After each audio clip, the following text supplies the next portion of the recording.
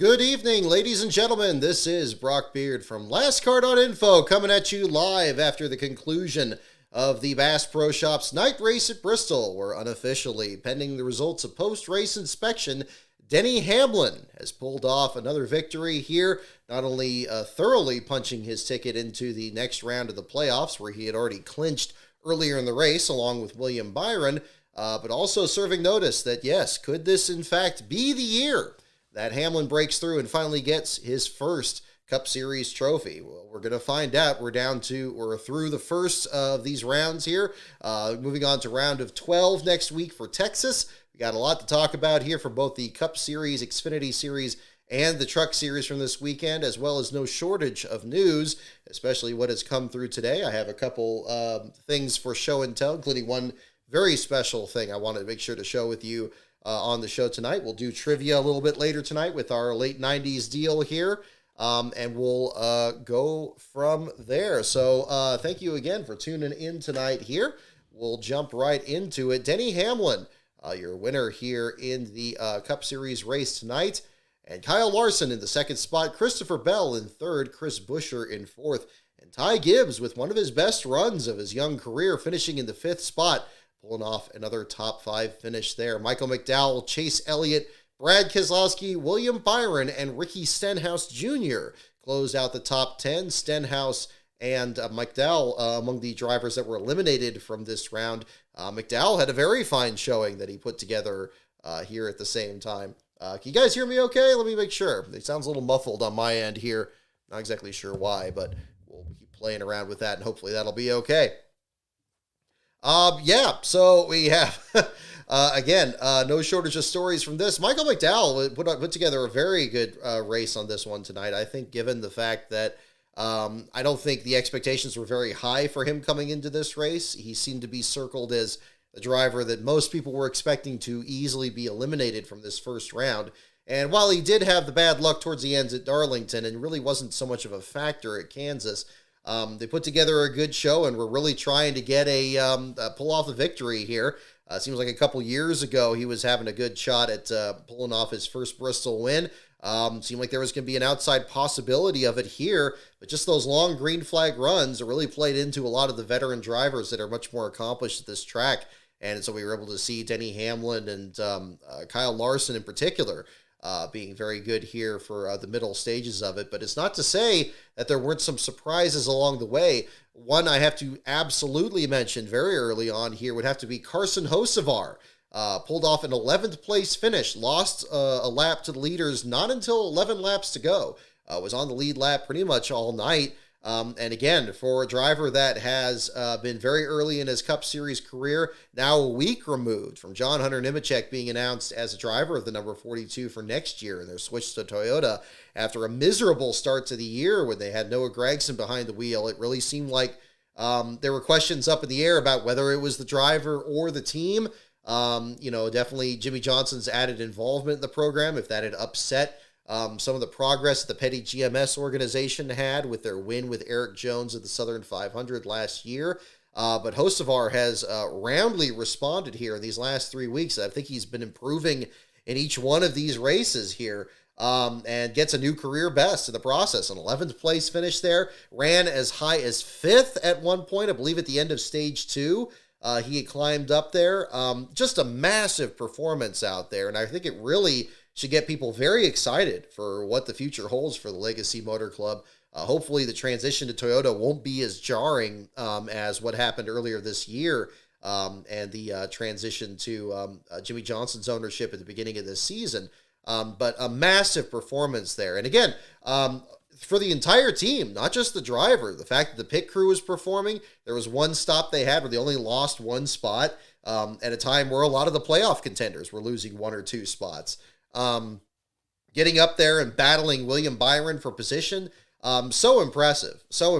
And I'm so glad to see that as well. The 42 is a number I have a bit of a soft spot for, and it's good to see that program do better there, and especially with the old Petty Enterprises font on the car is kind of conjuring memories of Lee Petty and the Pettys of old there as well. So to see that team run well, and again, Eric Jones was right up there with him for parts of this race here. Unfortunately, had some bad luck towards the end of the event, But still, a fine showing out of him. Another driver as well, looking at the results here, Ryan Preece in the 12th spot was banging on the door of a top 10 there for the Stewart-Haas racing team on a day that saw Kevin Harvick not quite be able to make the transition to the next round of the playoffs here. It's still good that the Stewart-Haas program had something to be happy about here, as I'm sure they're trying to figure out what the future holds for them at the same time. But a fine showing out of the 41 team, getting a 12th place run there too. To talk about 23-11, Bubba Wallace punches his ticket, makes it to the next round of the playoffs. Congratulations to him. So we got, both the 23-11 entries into the next round, with Reddick, of course, being your Kansas winner from last week and Bubba making it in on points. A very physical race. Again, it's easy to forget some of Bubba's first laps led were at Bristol in the spring race on the pavement, then not the dirt race there, having a fine showing there for the Petty team back then. But this time around, again, we'll see how things turn out in Texas and the other races coming up here. Certainly his super speedway prowess should be a factor at Talladega. And then I think his improving fortunes at the road courses should be something to look at, although the Roval has been quite unpredictable, especially the last couple of years, and especially with how cautions fall and pit strategy plays out, has absolutely been a factor these last couple of years. So we'll see how things turn out on that end. Todd Gilliland with a quiet top 20 here, finishing in the 16th spot. Martin Truex Jr. With all kinds of adversity through this race, but I think if he does pull off this championship, or if he makes a championship 4, part of that highlight reel should include that time that he broke loose off of turn 4 and slapped the outside wall with the right rear. A tremendous save. What could have been an absolutely disastrous moment, especially for what we saw that happened to Joey Logano in this race just a little bit before that.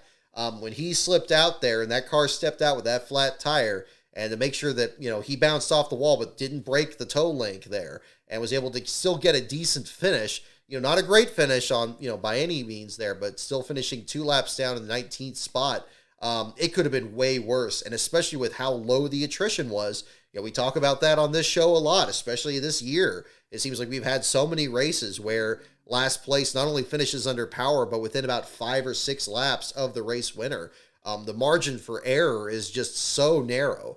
And on top of that, when you have a race like this, where it's so difficult to pass on top of that, I think that reverberates through the entire field, and definitely the playoff drivers are certainly not excluded from that. So, Steve Letarte was very right to mention that, it's if they get through this first round, which they did do, it's going to be, they're going to be very tough to deal with, for sure. So that'll be definitely another story coming up. So congratulations for Truex there at the same time. Kyle Busch in 20th, right behind him. Ross Chastain back in the 23rd spot there. Not a great showing for him, but still makes the next round here at the same time. Then you get into the other drivers that had much more trouble here at the same time. Our last place battle, this kind of leads right into that.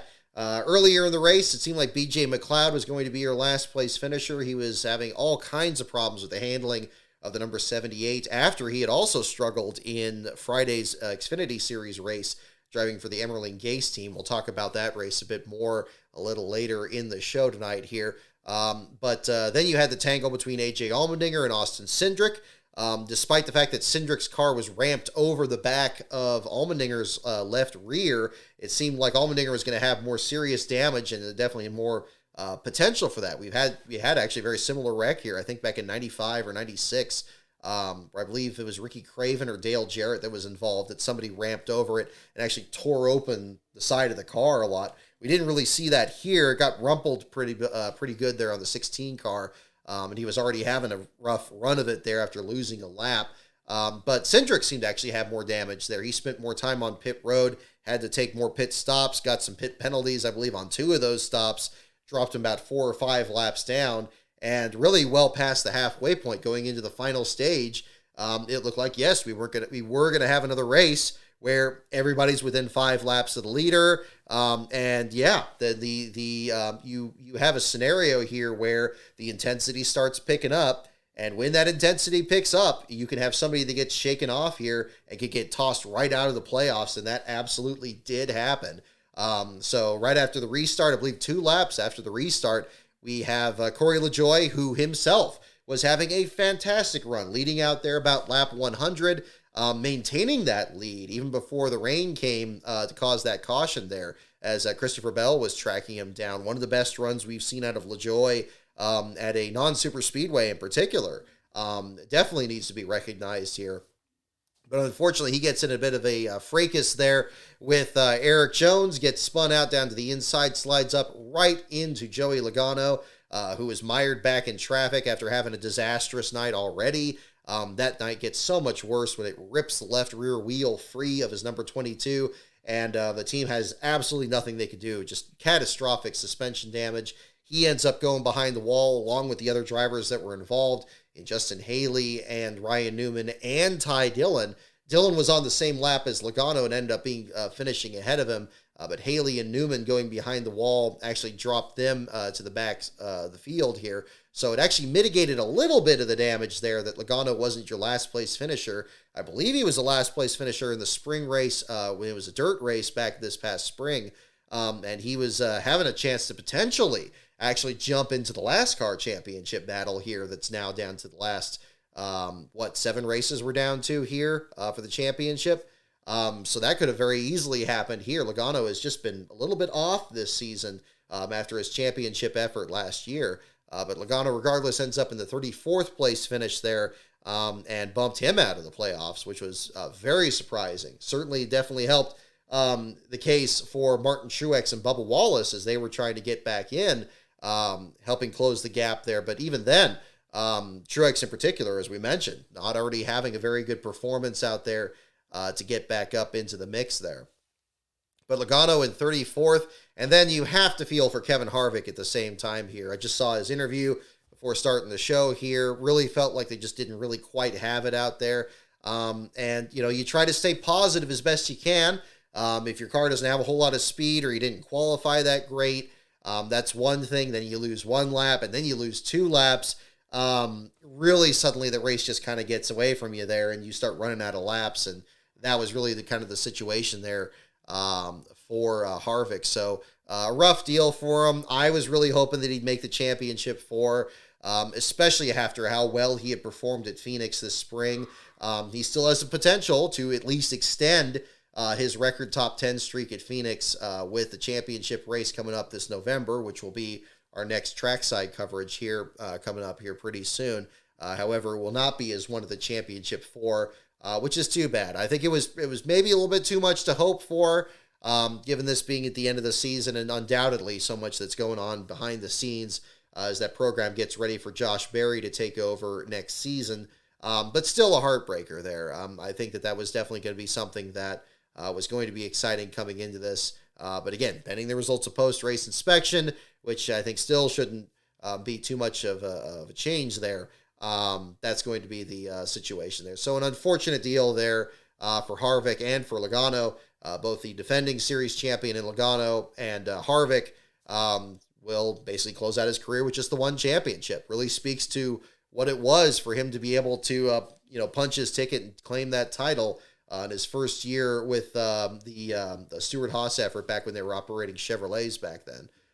So yeah, just a little bit of everything there. Cindric ends up climbing to 32nd by the finish. BJ McLeod in 31st. We'll definitely talk more about BJ here in a bit of the news earlier today. Quite a lot to say from that, but I'll kind of sum up the race results here. I've seen some mentions in the chat here too about Truex, and yes, Charles Peterson, thanks for mentioning this, about, the sprained wrist that Truex had. I didn't realize that had happened. I figured, when the wreck happened, that was unfortunate that knocked him out of the race after just 3 laps. I was thinking, well, at least he was running the high lane. It wasn't going to be too serious of a wreck. And on top of the changes that have been made to the next-gen car. Although we've now heard footage from the Daytona race earlier this year where Ty Gibbs was still frustrated at how rigid the cars were when he had that very hard hit with Ryan Blaney while battling amongst the leaders there in that race. We then learned, that Truex had a sprained wrist this week and was fighting his way through this race as well. And again, still had, still was able to save that car from bouncing off the outside wall. And even though he didn't have the best performance out there, certainly that he was hoping for as a past winner of this race as well, still, it could have been so much worse. And sometimes when it gets to these elimination races, it's simply about that. It is just about survival. And if you're not able to pull off the victory or at least a great run to kind of get some playoff points and start building that advantage for the next rounds, at least you make it to the next round. And this turned out to be the situation here. So a lot was going on in this one, and I think some of it could have been covered a bit better by the play-by-play. I'm glad they finally started mentioning Hocevar's run. I don't know if they ever mentioned Ryan Preece's run for how good he was performing as well. Just with these playoff efforts here, it's so easy to just get that laser focus on just those 16 guys and forget about the other 20 that are out there. But at the same time, I'm glad that there was at least some mention of how well that 42 is doing. And especially at the end of stage 2, he was on just a massive rally through that field. Haven't seen the 42 look that good all season, really. Probably since Gregson's effort at Talladega when he was going for the lead. And unfortunately, that resulted in an accident there. This one here kept the fenders on it, did bounce off the wall towards the end there, but still salvaged an 11th place finish there. And again, congratulations to Hocevar. Almost brought out the 42 shirt for the show tonight here, but maybe for another day here on that one. So, yeah, definitely got to mention that at the same time. Harrison Burton was towards the back of the field there early, ends up in 28th. J.J. Yaley with another solid finish. He was 5 laps down, and yes, we had some long green flag runs that, anybody that was off the pace was going to be dropping back there pretty quick, but a 26th place finish, returning to the track where on dirt he would qualified so well in the spring. Yaley has really stepped it up this year. I don't know what the change has been at the Rick Ware effort. It seemed like the 51 team was going to be kind of the standout with Cole Custer taking over and running some races for that. But Yaley has found another gear in that 15, and it couldn't be coming at a better time as a Rick Ware team looks to kind of maintain their charters, and again, planning for next year, as you guys mentioned last week, of course, the effort with Justin Haley joining the program next year, still trying to just operate as best they can next season, whether that's 1 or 2 cars. We'll see how that's going to be playing out. But, Yaley still shows that, he can get it done out there, and he usually doesn't do anything too crazy that's going to put any of these teams in jeopardy. Yes, it'll be a last place run every once in a while, but still, that'll be other times there, just like we saw in Atlanta this past summer, get some really surprising performances there too. So kudos to him on what was undoubtedly a very challenging evening here as well. I want to kind of divert here a little bit. I mean, I guess we can kind of go a bit more. There we go. I see my our resident Bubba Wallace fan here, Confirmation 07 here, is very excited. We're so back is the message here. So I'm glad to see he's excited here going into the next round. Yep. I mean, there's a lot to talk about there, certainly for the drivers that have made it in the playoffs, but we definitely have to talk about the 4 that were eliminated so far. So Truex being in there is certainly comes at the cost of a couple of drivers on the outside looking in. First and foremost, talking about McDowell a little bit earlier. They were doing the interview with him there and saying that, yeah, maybe from last year, this would have been an effort they would have been really happy with. But this one here, it still feels like they left something on the table. I think they really were. This is probably one of the best performances at Bristol that McDowell himself has had. He's had some ones where he's looked pretty good, maybe a top 10 car or a lead lap car or having some kind of a shot at it here. But in this one here, early on, he looked like he was going to be solidly a top 5 guy. Much like Corey LaJoie's run, had a good qualifying run and actually defended it. We've seen so many Bristol races. You remember the Chuck Bound video where a driver would qualify good here and then maybe just not quite have that long run speed. You get run over and then suddenly you're 20th or 25th place and, you're just kind of forgotten in the story. That was not the case here with McDowell and even LaJoie as well. LaJoie did a decent job recovering, but McDowell is a playoff driver there. I thought distinguished himself very well, and it was an unfortunate situation. Nobody's going to want to be the lowest ranked of the guys coming into the elimination race, especially the first round. But this was not a complete washout or anything that we would have seen from other programs in the past or anything. I thought they did a fine job. They could even potentially still squeak out another win here down the stretch. Who's to say? Certainly for his super speedway performance, and then of course the Charlotte Roval as well. To make no mention of anything else. I mean, heck, the championship concludes at his home state out in Arizona. So this is going to be a learning experience for him. I'm still very excited for what Front Row Motorsports has advanced this year with the next gen car. I think this year built very well on the overall consistency, even without a win last year, and then to have these great runs here at the same time. And Todd Gilliland as well. I would look for him to be, if he doesn't pull anything off out of nowhere at the end of this year, another driver to really watch going into next season. Ricky Stenhouse Jr., haven't talked about him as much, was in the top 10 in this race here. Bristol is a track that he has had several good runs on, just didn't quite hit it right here in the playoffs here. We have seen some inconsistency of it. I think a little bit less so. I think much like Front Row Motorsports, we saw some similar trends here and just, having some bad luck along the ways.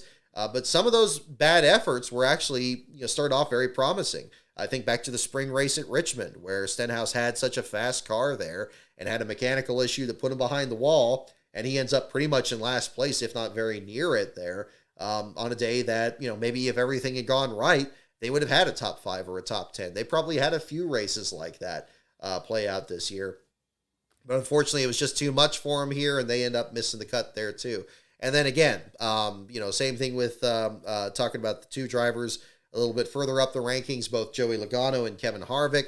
Again, it's too bad for Harvick. Shades of definitely his team owner there, and Tony Stewart missing the cut there for getting into the next round of the playoffs there. But Joey Logano's, I think, was less surprising, I think, even than Harvick's. I thought Harvick maybe could have squeaked in at maybe one of the lower rungs there. Maybe if some other playoff driver had problems, if maybe Bubba Wallace had problems or Martin Truex wasn't able to recover, maybe he could squeak his way in.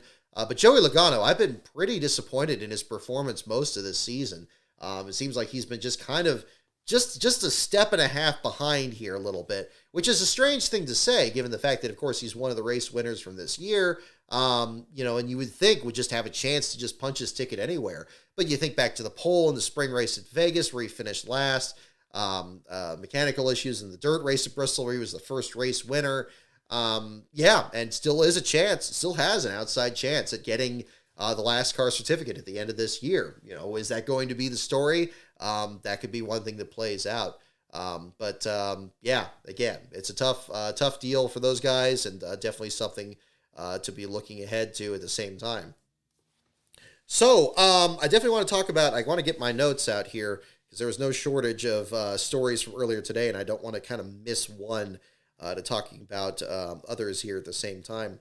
We talked about Carson Hocevar a little bit in the show here already. This also happens at the same time that Noah Gragson was reinstated.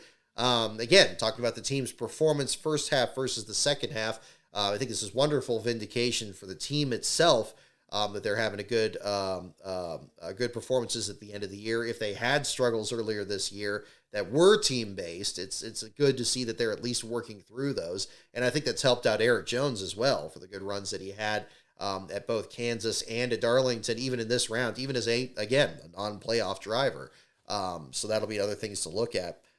As to Gragson's future, I'm glad he's back in there. I think he is a good talent. I think you don't do as well as he did in the Xfinity Series last year and joining the JR Motorsports effort to try to take down Ty Gibbs in that dramatic championship weekend back at Phoenix last year. I think the kid's got a lot of talent. I think he's got, I don't think one mistake should be something that negates that. And I do think that, that falls under the category of a mistake. I think there's been athletes that have been brought back into their respective sports for far more than that. Again, I think that, I wish him the best, whether it's in the Xfinity Series, Truck Series, or if he finds another, if this, program in the Cup Series works out better. The thing I am a little concerned about, though, is it's more on the performance-based aspect. To see the 42 team turn around this quickly with a driver that has such limited Cup experience as Carson Hocevar, that speaks very highly of Hocevar as well. But I hope that there wasn't something else going on behind the scenes there that that resulted in the way things played out there at the 42 team. beyond all that, I mean, the performance aspect of it, again, I hope that there wasn't some, anything else that we weren't being told about from that, because I think my point in bringing that up there is if it was just a matter of team dynamics, of a driver not getting along with the team, perhaps, not pretending that, his release from the team was not for the reasons that were discussed. But again, I hope that that's going to, he finds another program that's going to be a better fit, and that they're not going to have, if that was an issue, that they're not going to have an issue at that point. So, and I'd love to see him have some good runs. I think he had some decent runs with Hendrick Motorsports when he was driving in place of Alex Bowman. He was kind of hit and miss with Colleague with some of those runs last year. But again, whether he finds his way to a different program, maybe that'll work out. But again, I think with Hocevar, it's just so impressive with, whatever Hocevar can jump into, whether it's, still building up that program at Nice and the 42 team of the Truck Series, or the Spire Motorsports Xfinity effort, which was basically just built around him, and then having those great runs through the summer, and now this 42 program. I think Hocevar needs to land somewhere in the Cup Series. I think, if Shane Van Gisbergen is now, working out whatever deal he has now that they're announcing that they're building some program around him for next year, and we're getting the further details on that. Certainly the news with Zane Smith today has added some extra intrigue to that. Certainly they should be able to build a Cup program around him. And this kind of brings us back to the other big story from today, and I kind of want to talk more about this, and this is familiar territory. It's our old buddy, the charter system, that has now wreaked a bit of havoc through here, and the same discussions are coming up, and everybody's in their same little snow forts, getting ready to throw bombs at each other here on that. And okay, I got plenty of snowballs right over here, and we're just going to keep going with that. So it's unfortunate for those. I'm sure, again, everybody's already heard the news on this. We had a situation with the Live Fast Motorsports team now selling their charter and deciding to go to a part-time schedule next year. There have been rumblings about them losing their charter and other unconfirmed rumors, but now the story was confirmed earlier today that now they're going to be stepping back from a full-time program to a part-time program. Obviously, this is a team that has been showing up a bit on the Last Car page for sure. BJ McLeod still has a lead in the Last Car standings there. That would be, I believe, his third Last Car championship, if that turns out to be. But again, a program that kind of came together during COVID, that you had a program out there that was, really starting to kind of run some Rick Ware equipment in 2020, getting Matt Tifft on there as an investor as well, and kind of combine, just joining forces and trying to build this program out there and fighting the good fight. And how many times have we had this conversation, whether it was about Starcom Racing, whether it was about the Levine family team, whether it was about H. Scott Motorsports, whether it was about any of these other programs. Now we have another team that's getting squeezed out of the sport. And let's be real here, folks. They are getting squeezed out of the sport. You can say, oh, well, they can run as an open car. There's open spots that they can run every week. Well, again, we have 19 different races this year, including today, that has now had fewer than 40 entrants in it with all those open spots. Those 19 races alone, those are 72 open spots that were not taken by cars that could have started the race, but didn't. And that's not counting other races, all the other races this season. Only the Daytona 500 had 40 cars start the race and had actual DNQs in it. Every other race has come short of that 40 car mark, including when Shane Van Gisbergen won at Chicago. So that's another thing to look at the same time. Confirmation 07, thank you for the super chat, man. I'm glad you're excited. Congratulations to your guy, man. Great effort out there.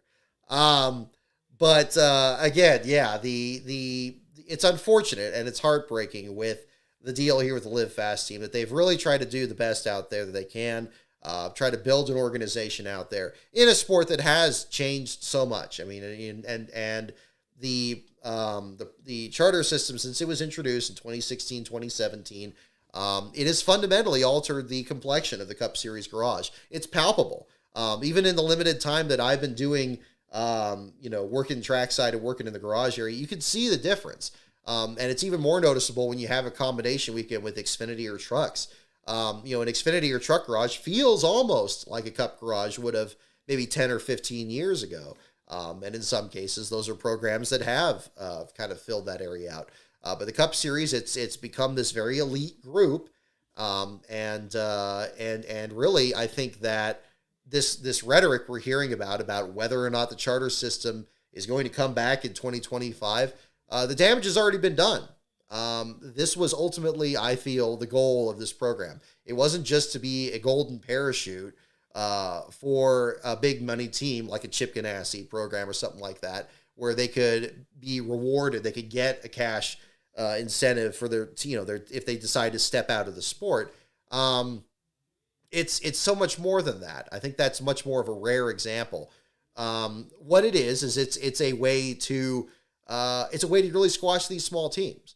And I think that's been the desired effect, especially I think it was intended from the rhetoric in which this program was introduced, that they wanted to, first of all, limit the field to 40 cars. It's like, well, why are we going from 43 cars to 40 cars? We didn't get a firm explanation for that. Then there's like, okay, well, we have to have a minimum performance requirement. So it's like, oh, well, we don't want to have start and park teams out there. And it's like, okay, well, we don't want to have start and park organizations out there. If you have a charter and you're a start and park, or, and then expanding the performance requirement where you got to be a certain rank in points. All these other steps here that just are hard things, even now, for not only not start and park teams, but we're talking full-time organizations that maybe don't have that sponsorship.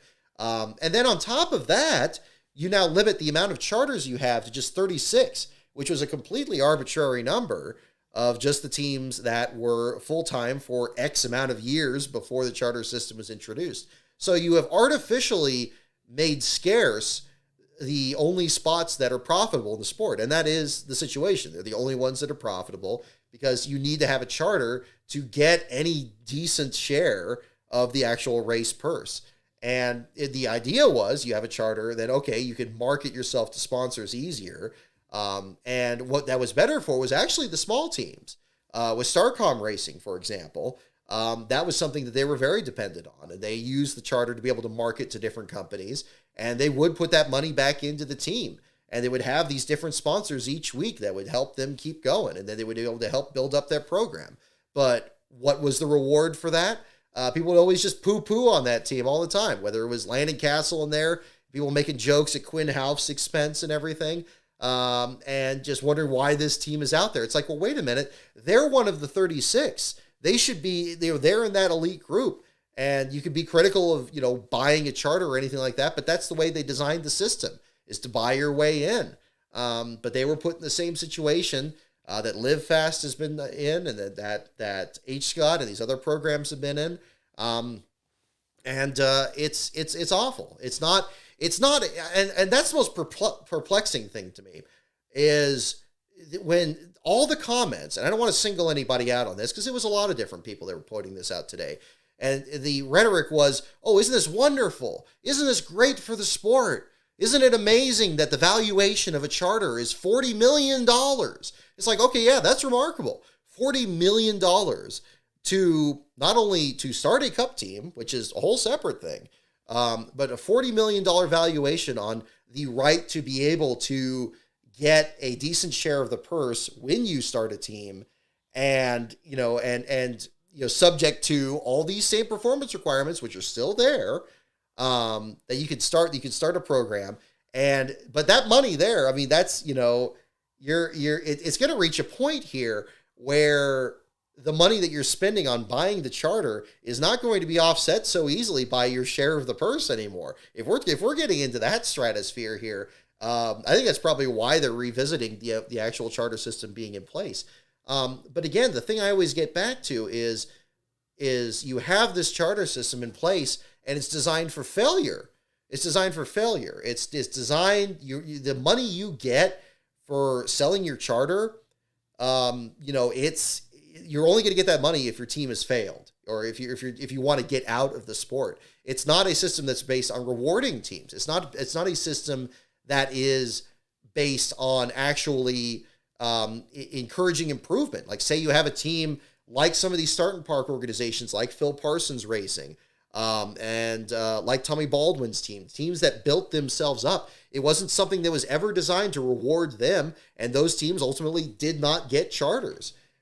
They were kept out of it completely, and their hope was just, oh, okay, well, they'll be fine. They'll be fine on whatever's left for open teams. But they weren't able to keep that going. And so they had to keep merging and combining in other programs or just shutting down entirely.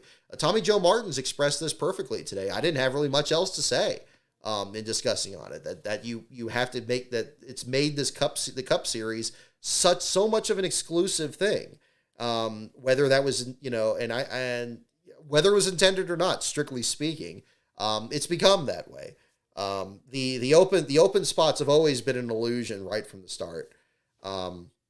And when you have a system that's based on failure, you're going to have teams continue to fail. To put out there at first blush that, we're going to create these charters and it's going to keep these teams in the sport, rewarding teams that have invested in the sport and make sure that they stay in there. And then, then you have H. Scott Motorsports closing, then you have Germain Racing closing, then you have all these other programs that have scaled back, and it's absurd. It has put these teams out of business. It has ruined programs. It has destroyed a portion of the garage that was there that probably just naturally, through whatever the economics of the sport was, may or may not have continued to exist, much like big teams. I mean, there have been many, again, I was looking at some of my old articles here. No team is too big to fail.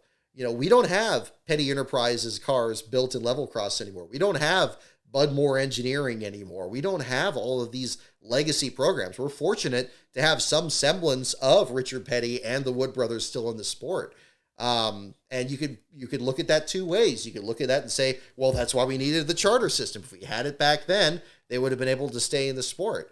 But again, you're not going to have a situation where Hendrick Motorsports is going to go bankrupt in the next 5 years. You're not going to have a situation where Joe Gibbs Racing or Penske Racing or any of these ones. That was the other part of the absurdity. These teams got a windfall. Those teams have plenty of if something happened and the team went bankrupt tomorrow, they're not just selling scrap equipment. They're selling top flight equipment. They're selling top flight facilities. To believe that there's just a limited amount of resources and they're not going to be able to benefit from that. It's just absurd, and it's not going to happen. And it hasn't happened. I mean, what's happened since then from now is that we've had all the teams that were start and park organizations that were full-time before were basically kicked out of the sport, or they merged into another program. And now we had suddenly lower mid-tier teams like your Germains and your Levine family team. They've been squeezed out even when they had partnerships. And then they're like, I love when they point out Furniture Row as an example. It's like, well, Furniture Row, that shows us why we needed a charter system, conveniently forgetting that they closed after the charter system was introduced. So, I mean, that kind of defeats that purpose. It's just absurd. And we're seeing more casualties of this. Now, I know some people are probably, whether or not you're okay with that is just up to you. And it always seems to be 50-50 on these things when these discussions come up. And people show their true colors, whether it's out of self-interest. If you're on one of these big teams out there, your Hendricks, your 2311 and so forth, you probably have no concern about this at all. Probably doesn't change anything for you.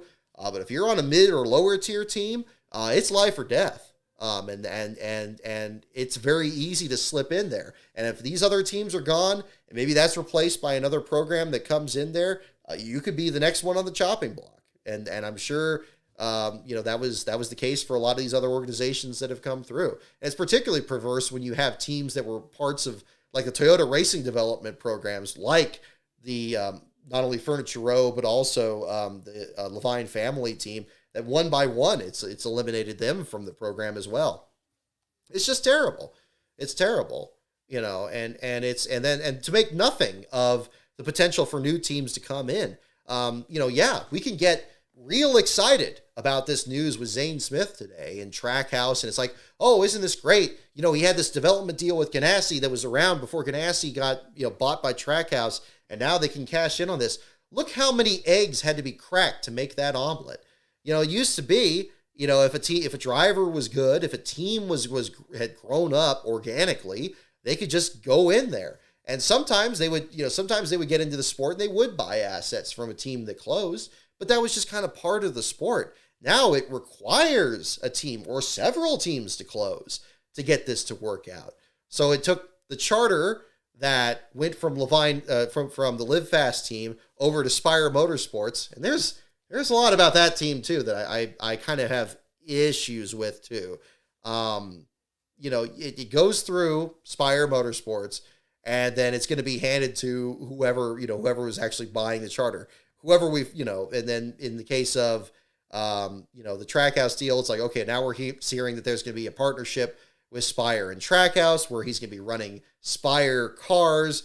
But again, is it really Spire or is it Trackhouse? This is kind of more of a consequence of things going even further back before the charter system, back to 2007, where you had teams that were just merging together. Talk about the Ginn Racing deal and programs of that sense. But the charter system is required that's what needs to happen for teams to stay in there. And you have no choice but, like Tommy Joe Martin's expressed, you have no choice but to make your team bigger, or combine with somebody else, or you got to get out. And this goes back to my earlier point.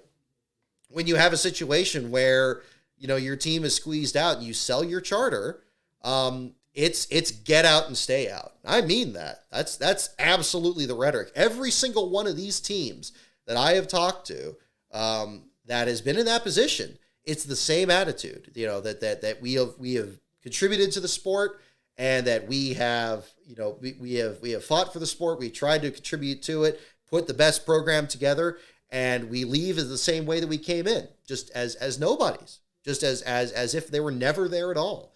And I'm paraphrasing that specifically from the Levine family group, which was very upset about that. This will actually be related to another topic here I'll be discussing here in a little bit too.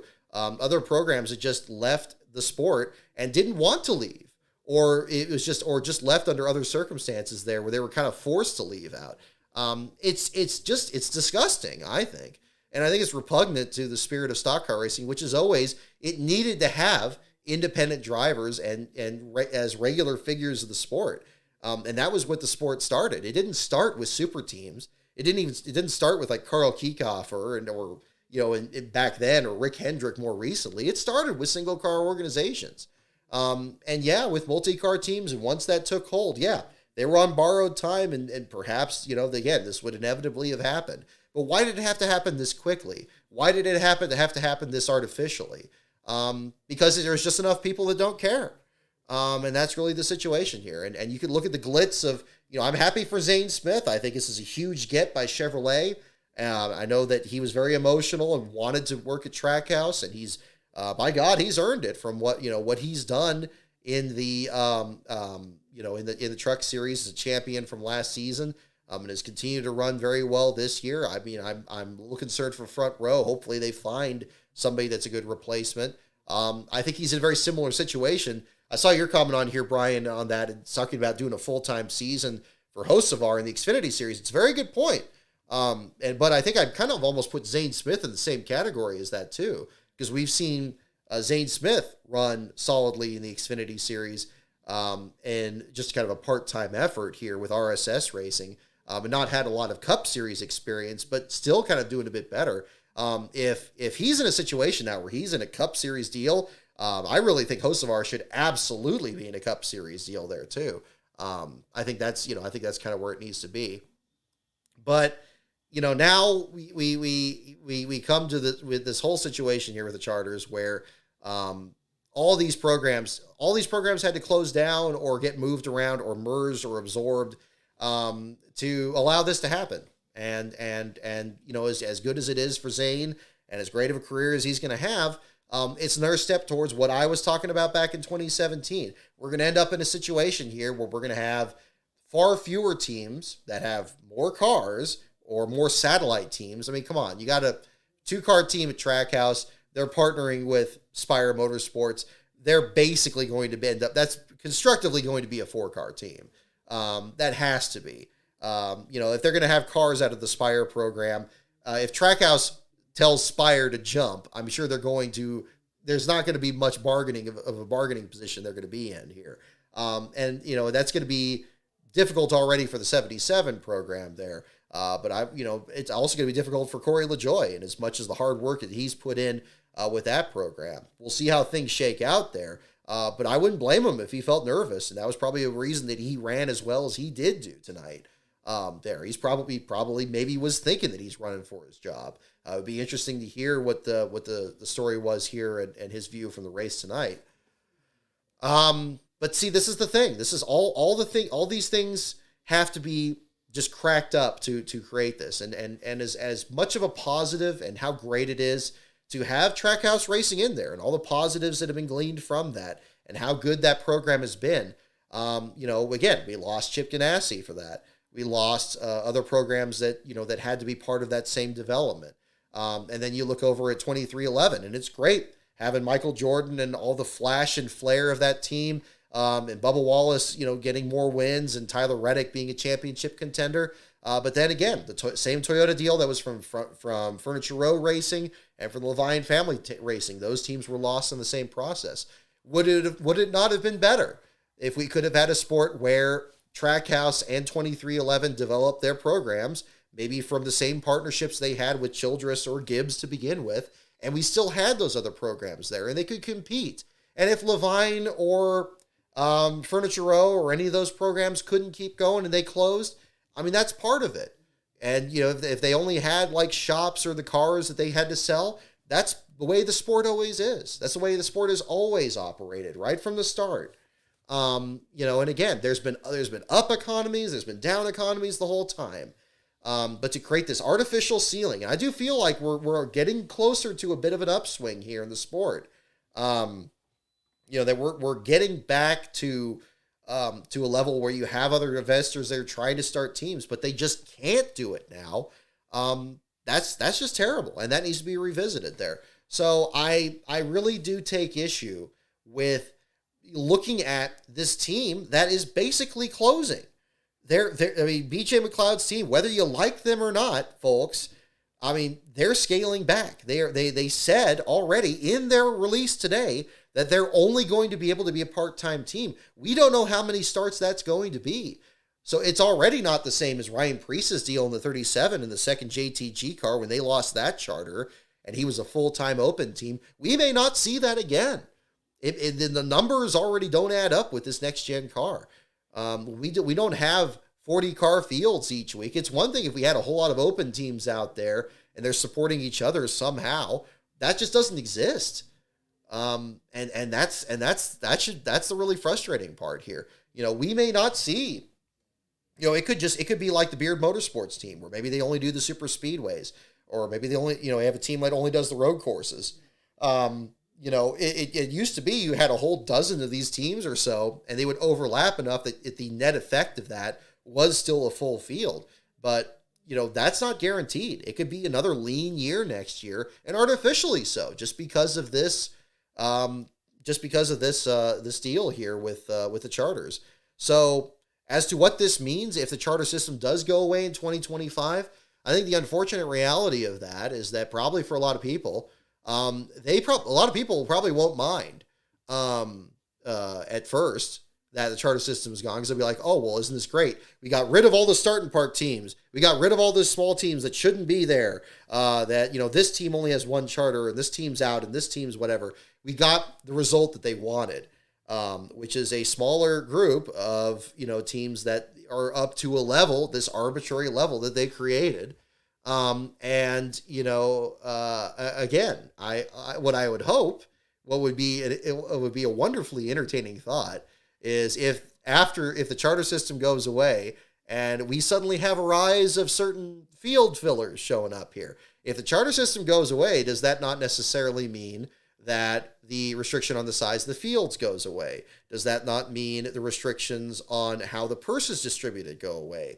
Does that not mean that, that changes? Maybe not 100% back to 2015, but does that, what does that entail? And that's going to be the interesting thing that comes up. If that's the case, I think it's still conjecture that the charter system's going away at that point. It's still, we know the stance that NASCAR's had on this, but we don't know the full effect of that. So that'll be interesting. And I actually have a video that's coming up this week that those of you in the Patreon have already seen, where actually that subject gets kind of discussed a little bit. But that's going to be another topic there to discuss at the same time. So, again, if you're just looking at the numbers, this isn't a game show, folks. This isn't just a situation. And again, no offense to one of my staff writers, Ben, because I know he's very passionate on game shows. But what I mean in this particular context, this isn't just a matter of, watching the money and being like, ooh, it's $40 million. This is how much charter's worth. Therefore, that's how much all these teams' charters are worth. It's like, well, it's like a stock. You're not going to have that money. It's not like you suddenly have $40 million in your pocket just because you have a charter. It's like, that's only based on it if you actually sell the thing. So it's, to understand the valuation of the sport, and to say that this is like, creating artificial scarcity, to deny that and say that, oh yeah, it's like, well, this is just like a bubble, and it's to not think that, there's like an overheated market or anything in this. It's like, this is the very definition of artificial scarcity. They have limited these starting spots and limited further the charters. It's insane. Of course that's created scarcity. And of course, can you go to Hendrick Motorsports and say, hey, I'm sure you want to scale back to 3 teams. Can I buy your charter? Do you think they're going to sell that charter? Absolutely not. They're going to keep all 4 of those cars out there, and they're going to keep meddling in the Xfinity series and the Truck series. And that's what they're going to keep doing. And that's a whole other problem on top of it. So no, when these moments, I can't believe people would view this as a positive. We're losing these organizations, and whether you're not happy with how they perform or not, that it's a part of the sport that is being driven out of it, and whether or not it's been a continuing process, which it has, again, the Live Fast Motorsports team is worlds apart from what would have been an independent team back in the 80s and 90s, whether it was a Buddy Arrington, a JD McDuffie, or a Dave Marcus. It is massively different in terms of how much money and resources and what has been, working with. Still, them having an in-house engine program is very rare in that respect there. But, again, it's some people don't care about what's being lost. They just care about having the glitz and the glamour and the big teams. And there's always been some part of it. But to have the whole Cup Series be that now is a bit alarming and a bit sad, I think. I do think it's sad. I definitely have sensed myself being increasingly more interested in the Xfinity and the Truck Series for being closer to what that used to be.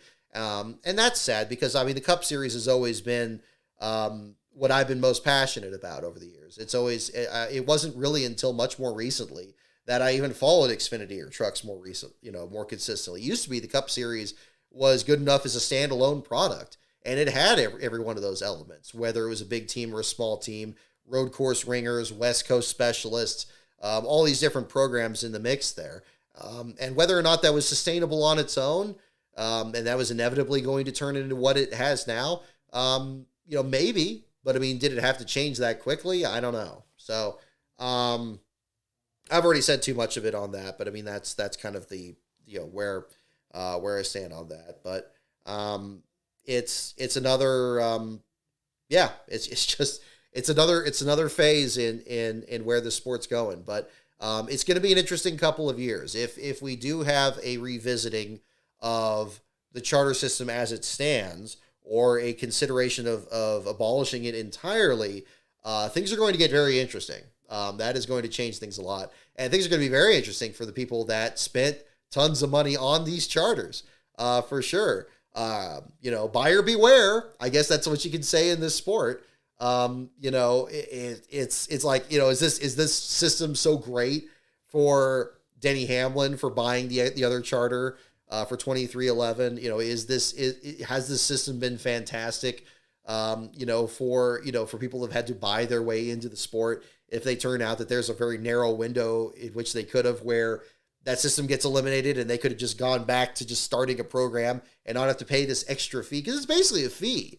It's basically an entrant fee on top of the costs and expenses of actually starting a program to begin with. That's the part I can't get my head around. But I don't operate a team, so maybe that's the difference there.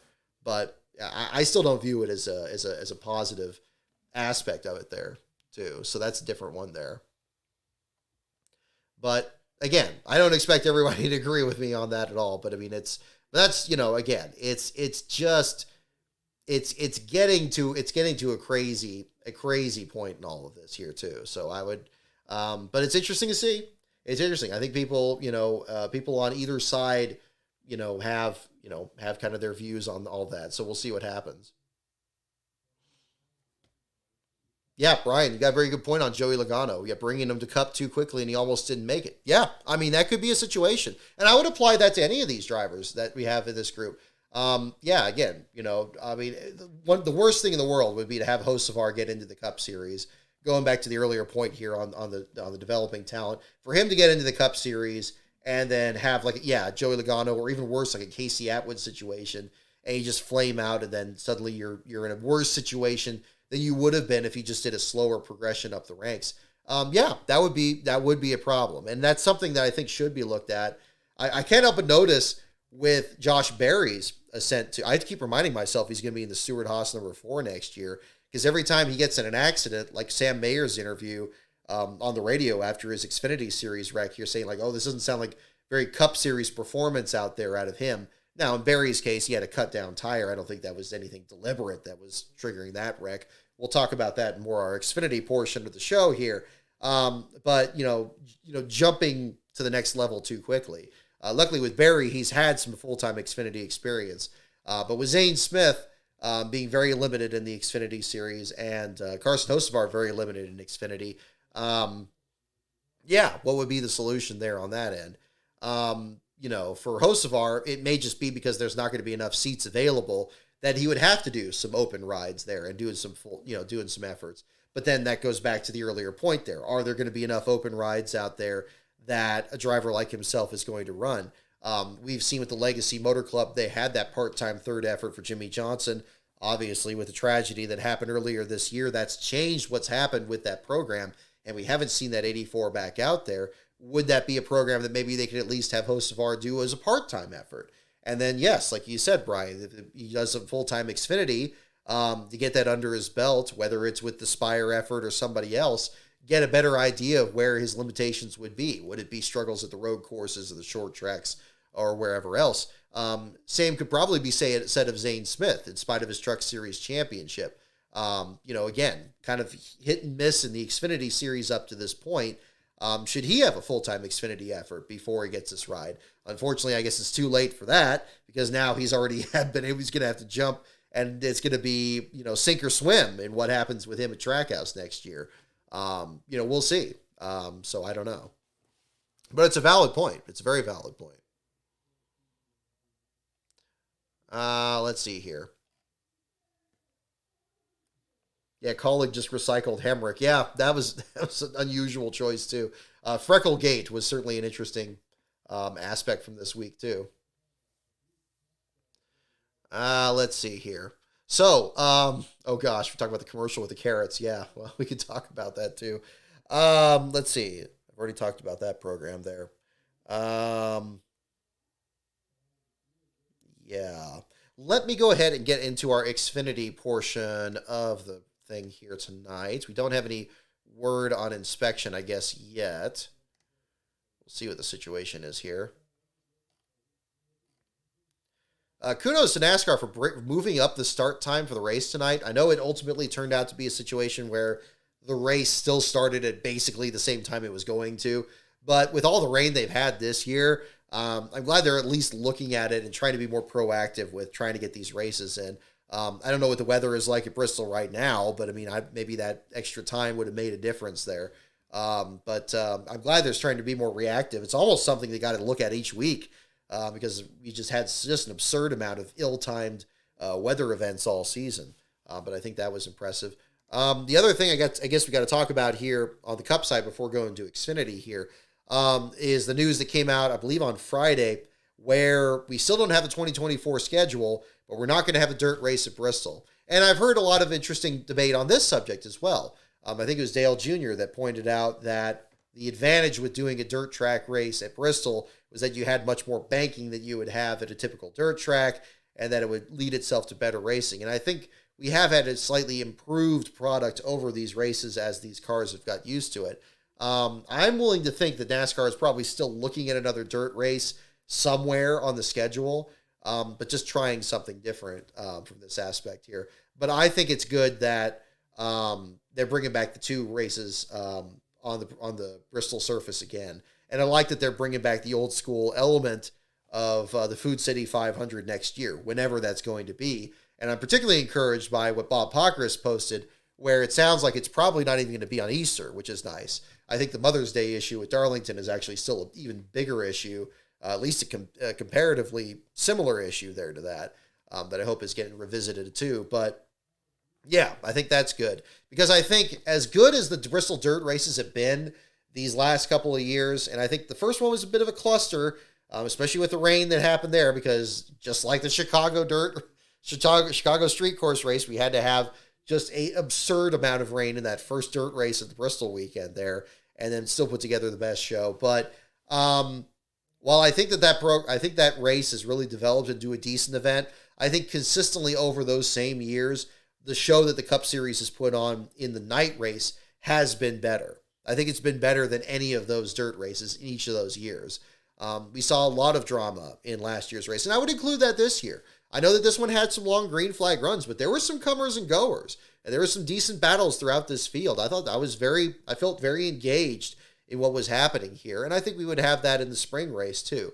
So while I was a little bit concerned about that, because I was thinking that maybe they were going to scale back to one date, and maybe that would open the date for Wilkesboro, maybe getting a points-paying race and a 400-lap race there. Who knows if that's still a possibility.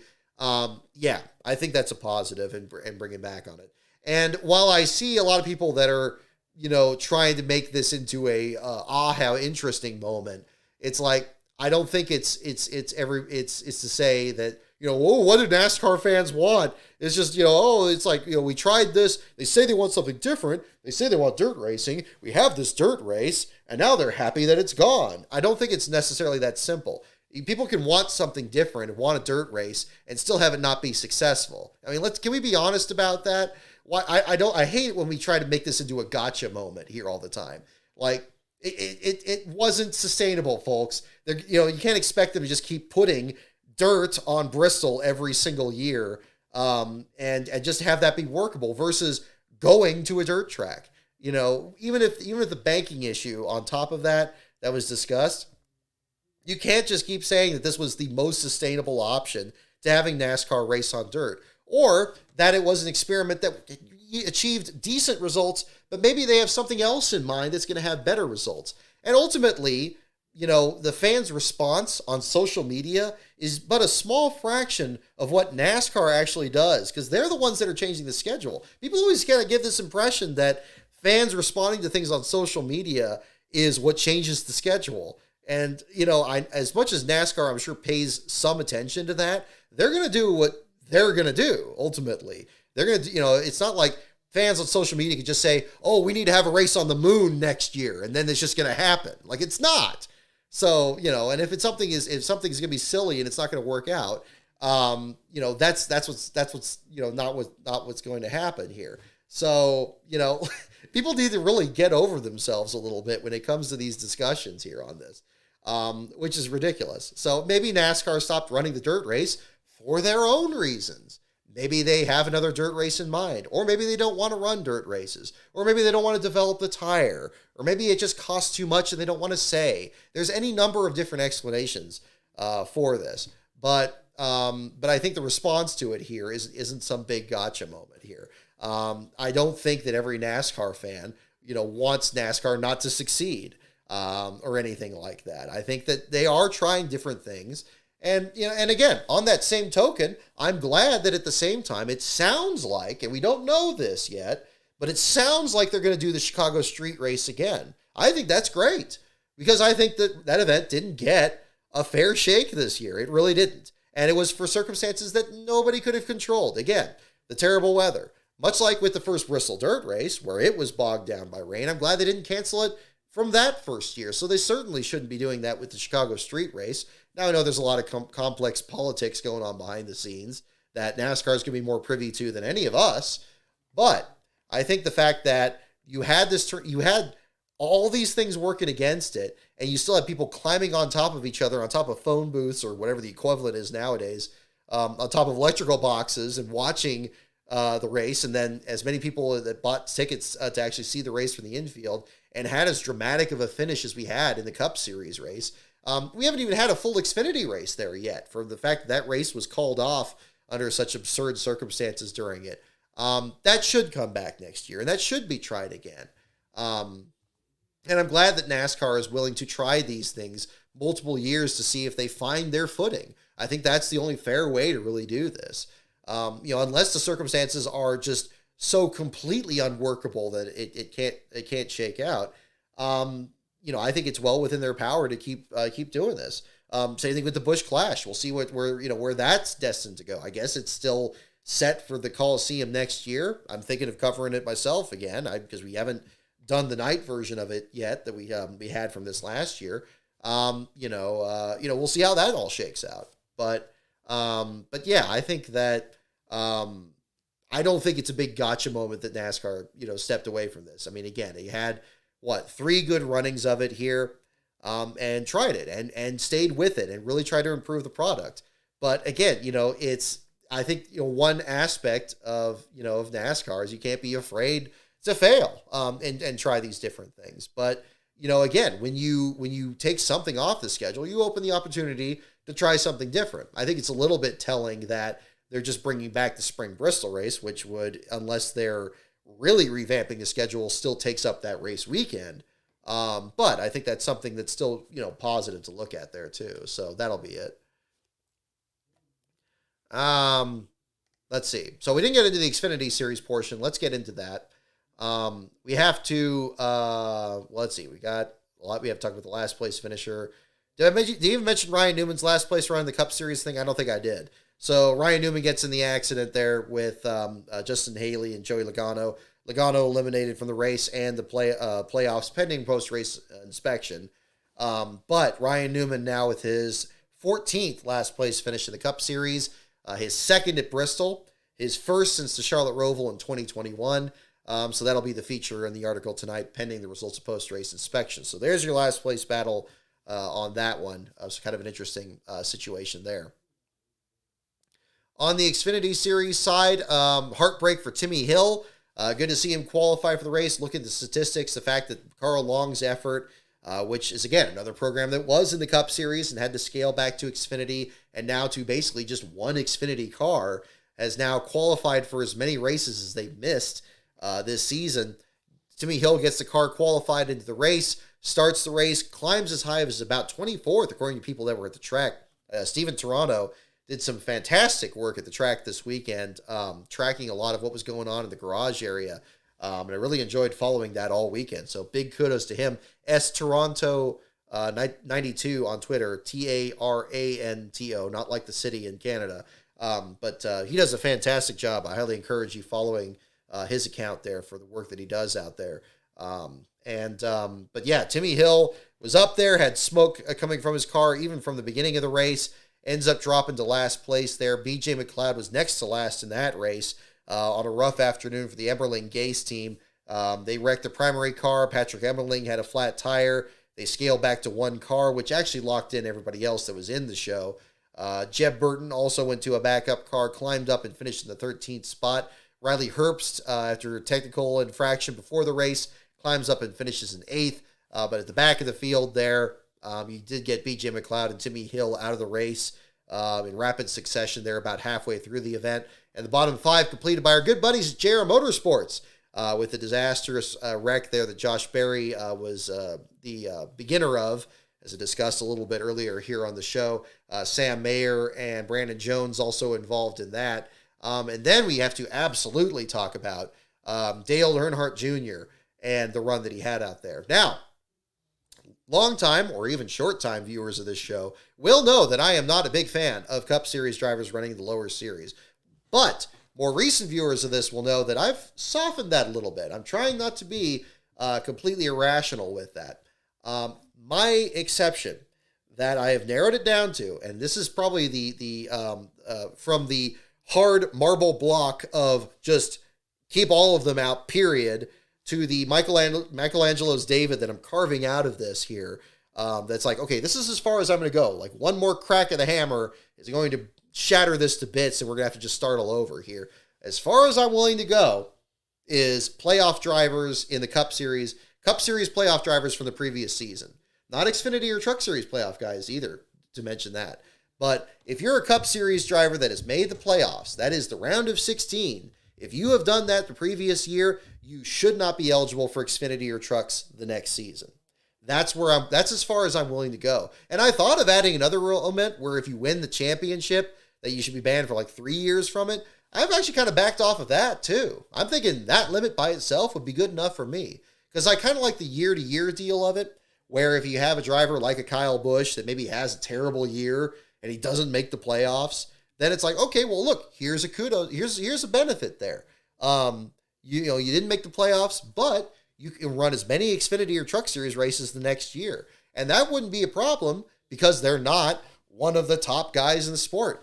Let's have the playoff system. If we have to have it, which I'm not crazy about either, let's at least make it do some work for us, folks. It's at least a way that we can separate out who is capable of winning Cup Series races and who is a championship caliber driver. Those are the guys that shouldn't be in an Xfinity or Truck Series race. And by extension, if Xfinity or Truck Series guys want to race the Cup guys, which they do, and I've butted heads with a lot of Xfinity drivers when I bring this up, because I know that they look at this very differently and understandably, the best option for them is to run a Cup race.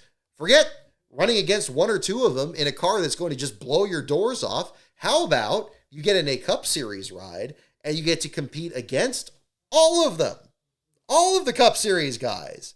And see, that just seems like talk about a system that's based on success, not a system that's based on failure. NASCAR should find a way to do something with these open entries to have them, have possibilities like we've seen with Carson Hocevar, like we've seen with Zane Smith, to have opportunities and evaluate their potential to move up another ladder. If not to the Cup Series, maybe from Trucks to Xfinity, or maybe from ARCA to Trucks, or whatever the option is. Used to be we had guys from different ranks, like ARCA drivers still run Cup races because they had similar technical regulations. You can extend it that far as well if you have to. I think that's something that should be looked at. To me, I think that's just common sense. And I wouldn't really gripe about it at that point. I just think that when you have a guy like Denny Hamlin that, is probably not going to miss the playoffs anytime soon, and he gets to go out there in Darlington and everybody just celebrates it like it's some big accomplishment of him being an Xfinity car, and where, you got a guy like Chase Elliott that, gets in an Xfinity car and then just says, oh yeah, this doesn't really help me for Cup at all the next day. It's like, well, why are you doing it? Like, I get you love to race and they'll race everything if you let them. And it's like, okay, well, maybe get into power boats, get into, running lawnmowers, do something with like local tracks and spread the sport out that way. It used to be NASCAR themselves organized that with lower funded drivers. They didn't bother the big names with it, but Andy Belmont had that story about it in Rise of the Field Fillers. Just do something like that, and that would be great. And then you have cleared up that log jam that's keeping development drivers in Xfinity and Trucks from getting into the Cup Series, but you've also created a way that they're not coming back down and taking up all the wins to help us evaluate who are the best Xfinity and Truck Series drivers in the sport. That seems like common sense to me. So that's the scenic route back to our good buddy Dale Jr. Do I have a problem with Dale Earnhardt Jr. running a Xfinity Series race? No. And that is not a contradiction to my point and my stance on Cup Series guys in the series, because again, I don't want to say I've grown up on it, but I have changed my views a little bit, as one is able to do. Under that standpoint, Dale Jr. is not in the playoffs. Now Chase Elliott this year would have just as much rights to do it next year, and I wouldn't really gripe about it too much because he missed the playoffs this year. And, Dale Earnhardt Jr. and all that. And, and with Jr., of course, now you have the added benefit of, he only does like one a year. He carefully picks out this different race and he has different levels of performance out there. And yeah, he's having a great time. And, who am I to say to keep somebody from doing that? So I didn't have a problem with it at all. I was excited. In fact, I bought the shirt. I got it right here.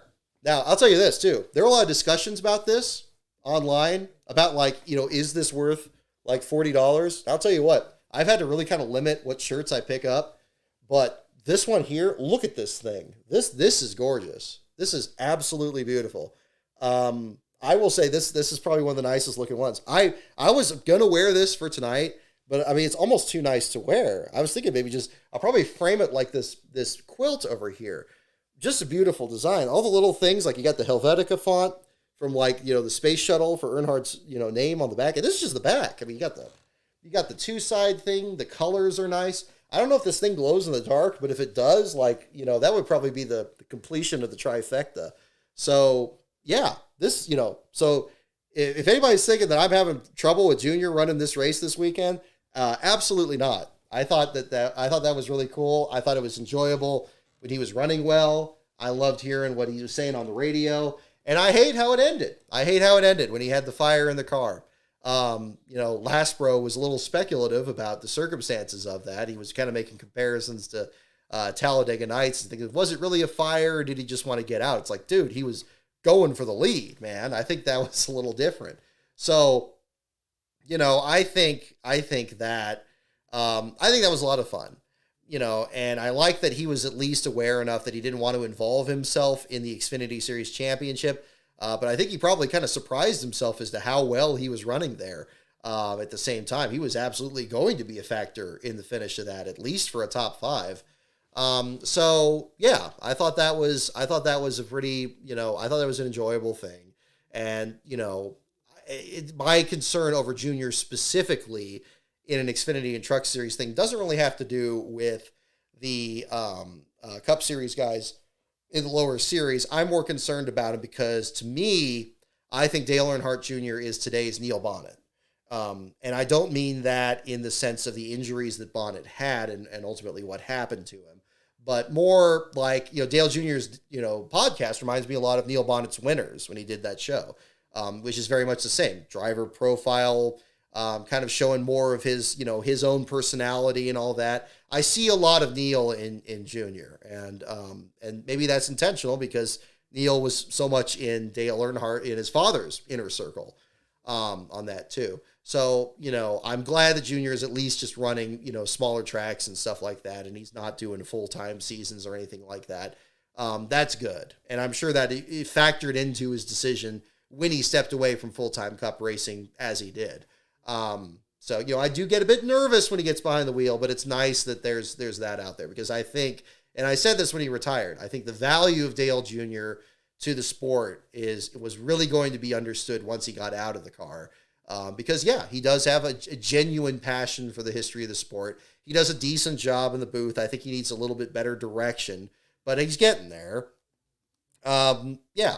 And I think he's helping guide the ship there a little bit at NBC towards doing, hey, I mean, I could see him probably coming up with the idea of them being out on the track and showing like the track surface and doing things like that. So that's good. So, that's kind of the other aspect of that. But it was a bummer when he dropped out. It's too bad. It kind of reminds me of Dan Gurney when he made one of his last starts at Riverside. He was having a good run, and I think it was 1980. Brian, you probably know more about this than I would, but he had a 48 car that he ran, his old Chevy Monte Carlo, and he was working his way through the pack, and then he broke down in front of like the main grandstands when he was like right on the charge again. And Gurney was like synonymous with Riverside for how much he had won and by the margins that he had won there. But everybody applauded and celebrated his run. More recent example would be Patrick Carpentier at Montreal a few years ago, when it looked like he was going to be stepping away from NASCAR, and he ran the Xfinity race there and broke down, and the car broke down in front of the main grandstands, got a very similar standing ovation from the crowd there. Yeah, it was a big moment. So, I think that was really cool, and he had a good time, and I think that's the important thing from it. So I don't have that much of a problem with it, and I think that's exciting. And in fact, I think a lot of the drivers that are veteran drivers, if they do a one-off, yeah, I mean, if it was, you had somebody like Casey Kane coming back, or, I still think Jeff Gordon could get it done. I know he looks a bit more hefty these days. In my mind, he still looks like he did back in the 90s. But I would say if you put him in a celebrity race or something, if he ever did SRX or something, he would be tough, man. I wouldn't bet bet against Jeff Gordon in just about anything these days.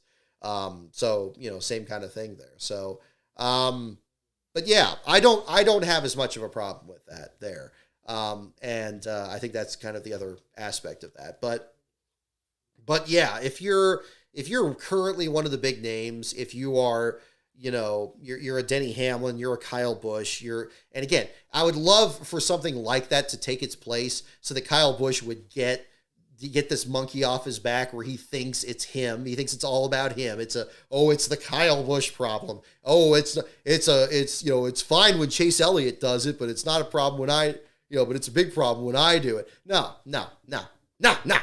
I mean, he's the biggest.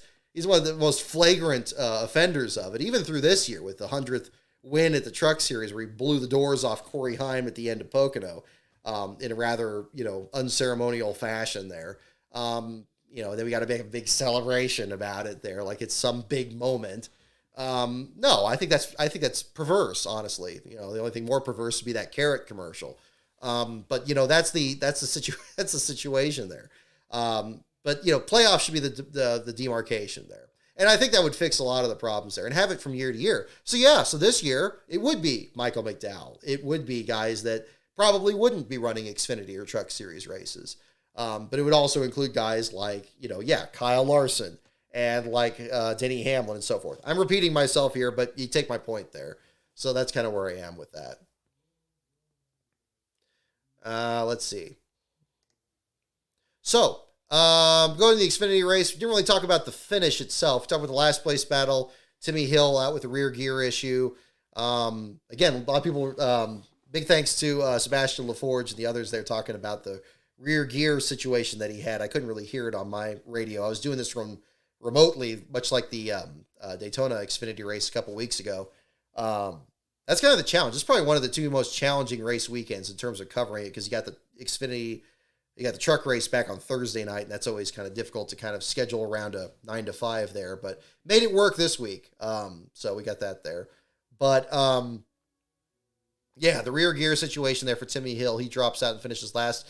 Justin Allgaier, congratulations to him on the win. Daniel Hemrick almost pulled off the win, but because he's Daniel Hemrick, he's second yet again. But of course he gets the big news here about the effort with Colleague for next year, and he comes right back up to the Cup Series there next year.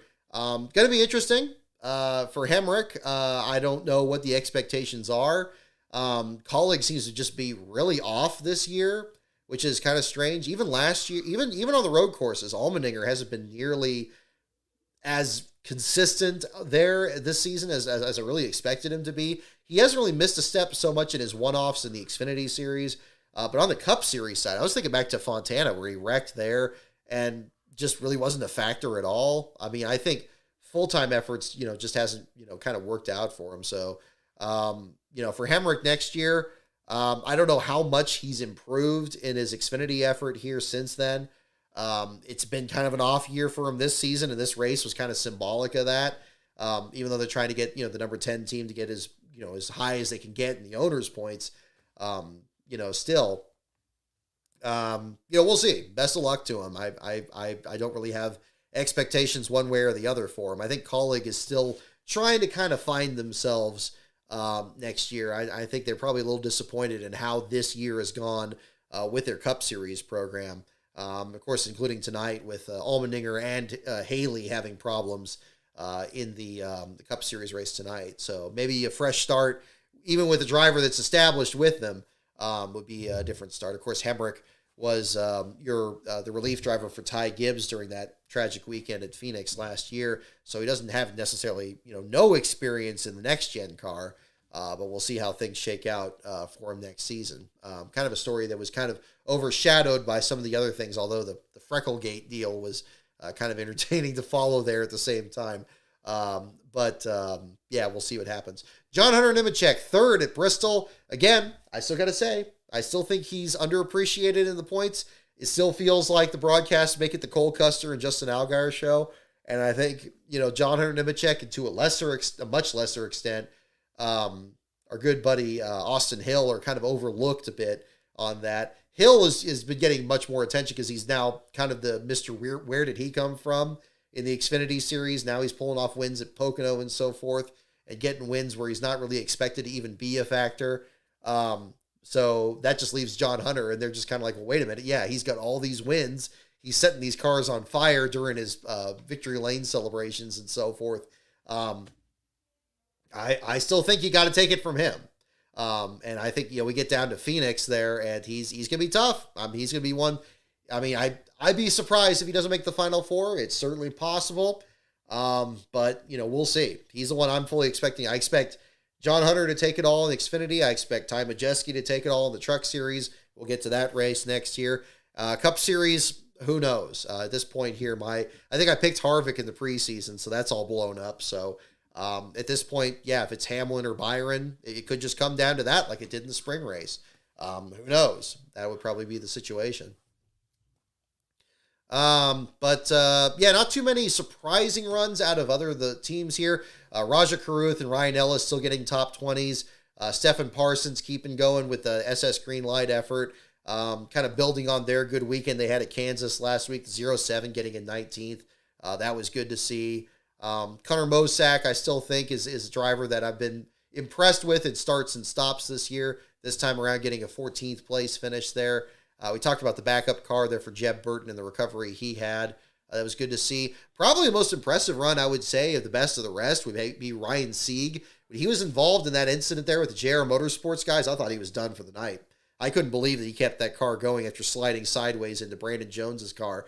But he did, and he finished 6th. I was stunned. That was a very un-Ryan Sieg-like night. I'm so used to him leading a race at the end there and having some terrible, lightning strikes his car, the wheels fly off, and something happens, and then, he just has terrible luck.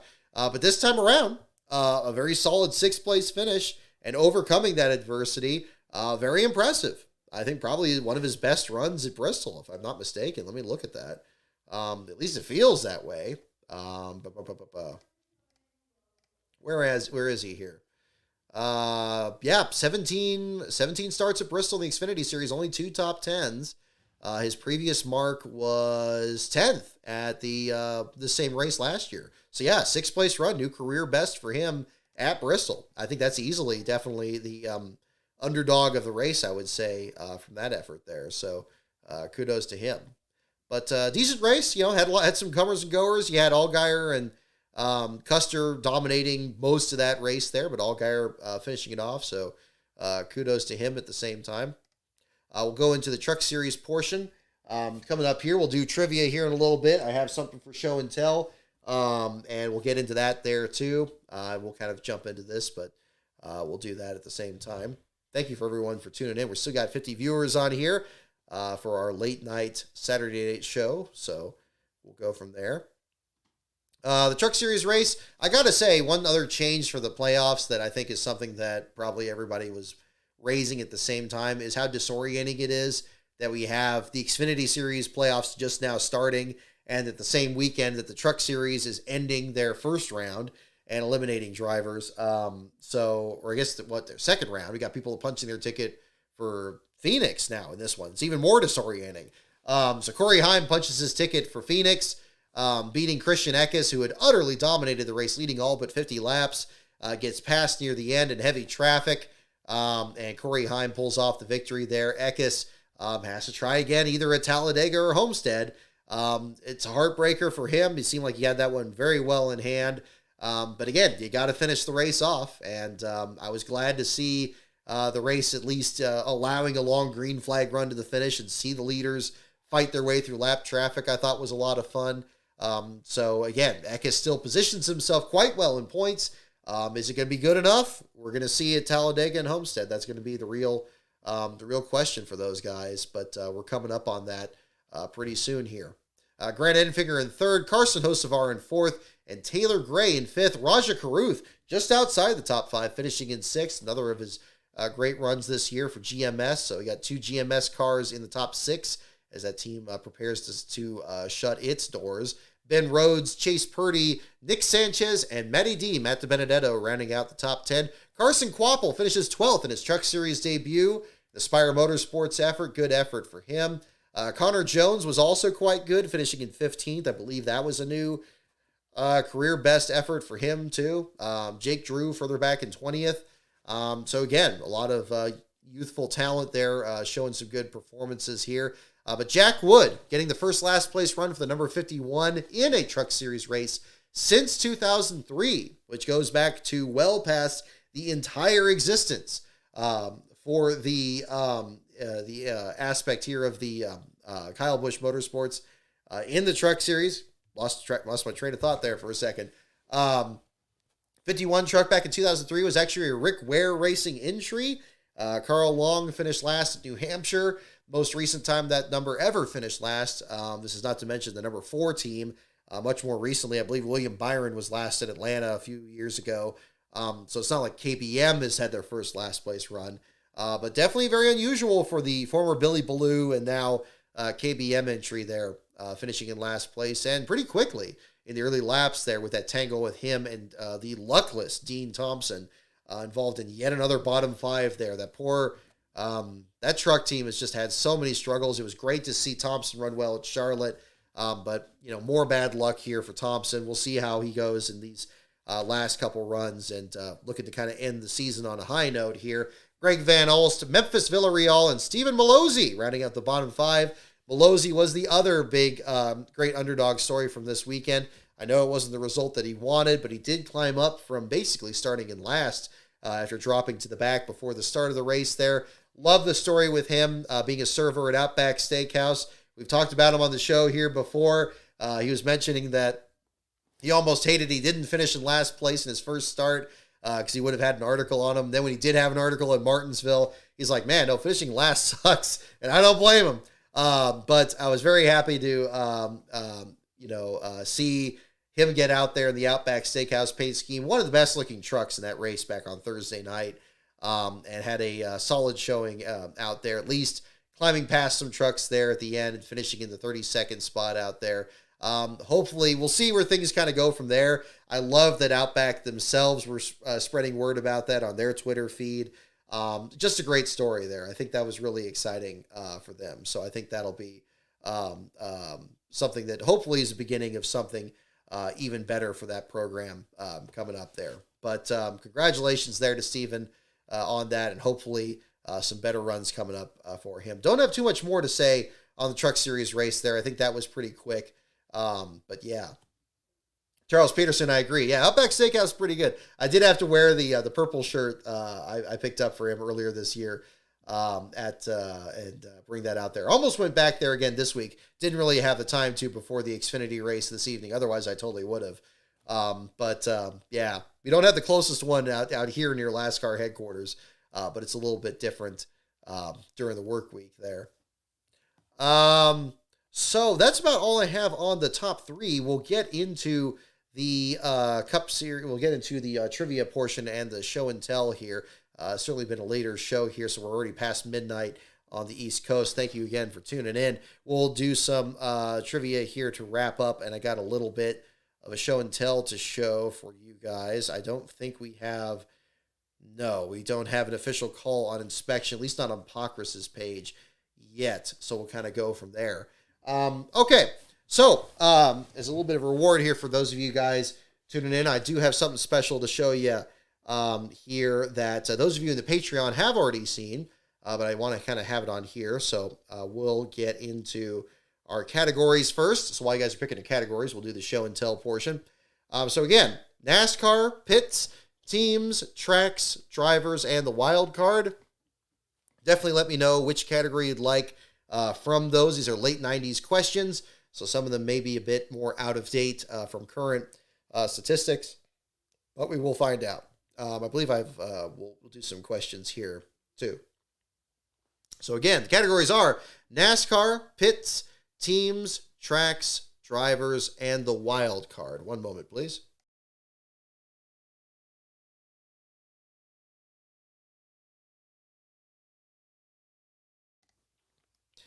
Getting a tad parched, a little bit too much charter system talk. Every time a charter system comes up, I guess you got to block out about 20 minutes of this show to go into that again, but that'll be another part of it. Alrighty. So categories coming in again. Once more, NASCAR, pits, teams, tracks, drivers, and the wild card. Okay. So something very special that I want to talk about here on the show in terms of other projects that I am working on. The latest video that I am working on is 500 Days, Episode 7. This is covering the spring race at Darlington. I have now finished clipping out the outtakes. That video is now, so far, going to be 1 hour and 33 minutes long.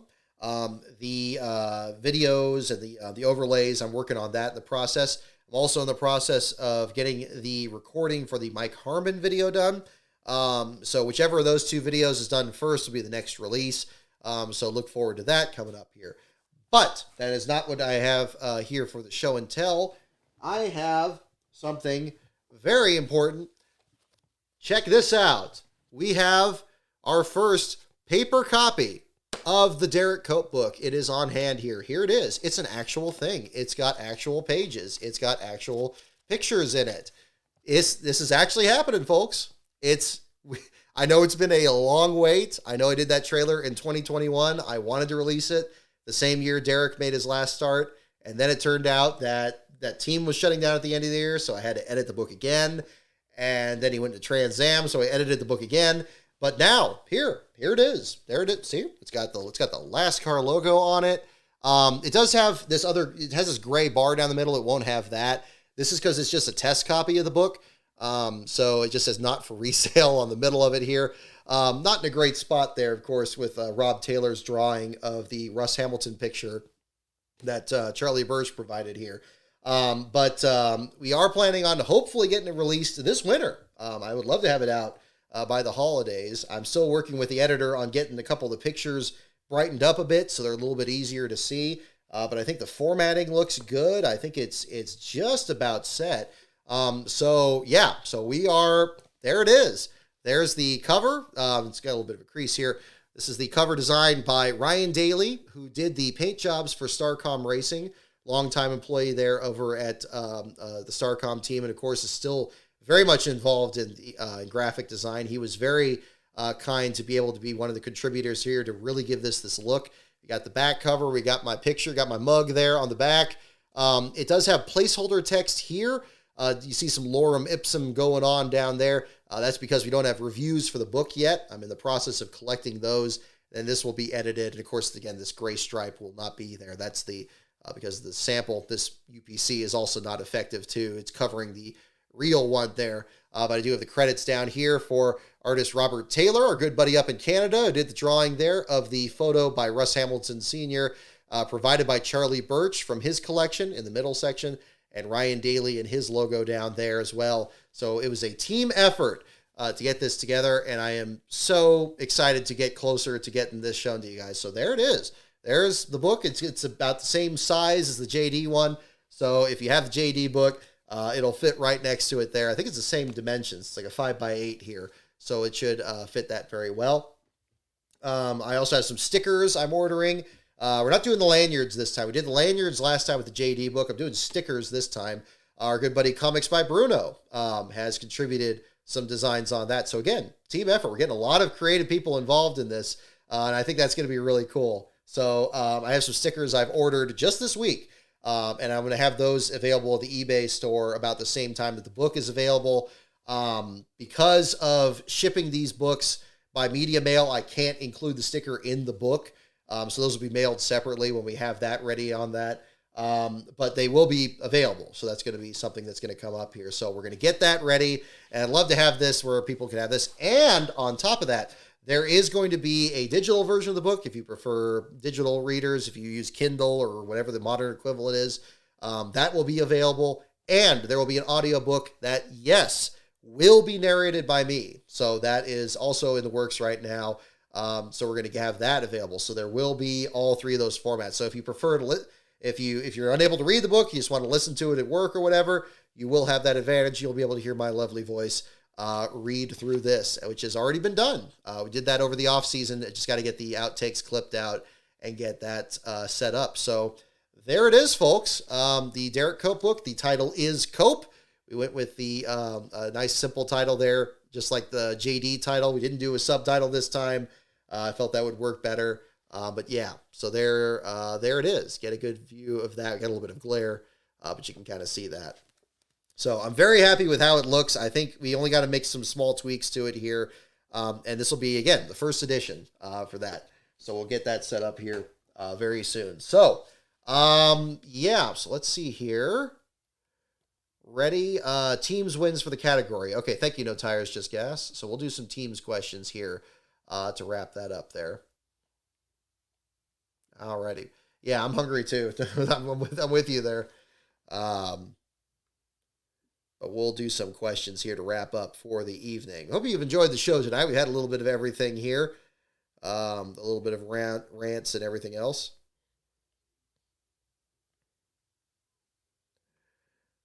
Let's see. Nope, not that one.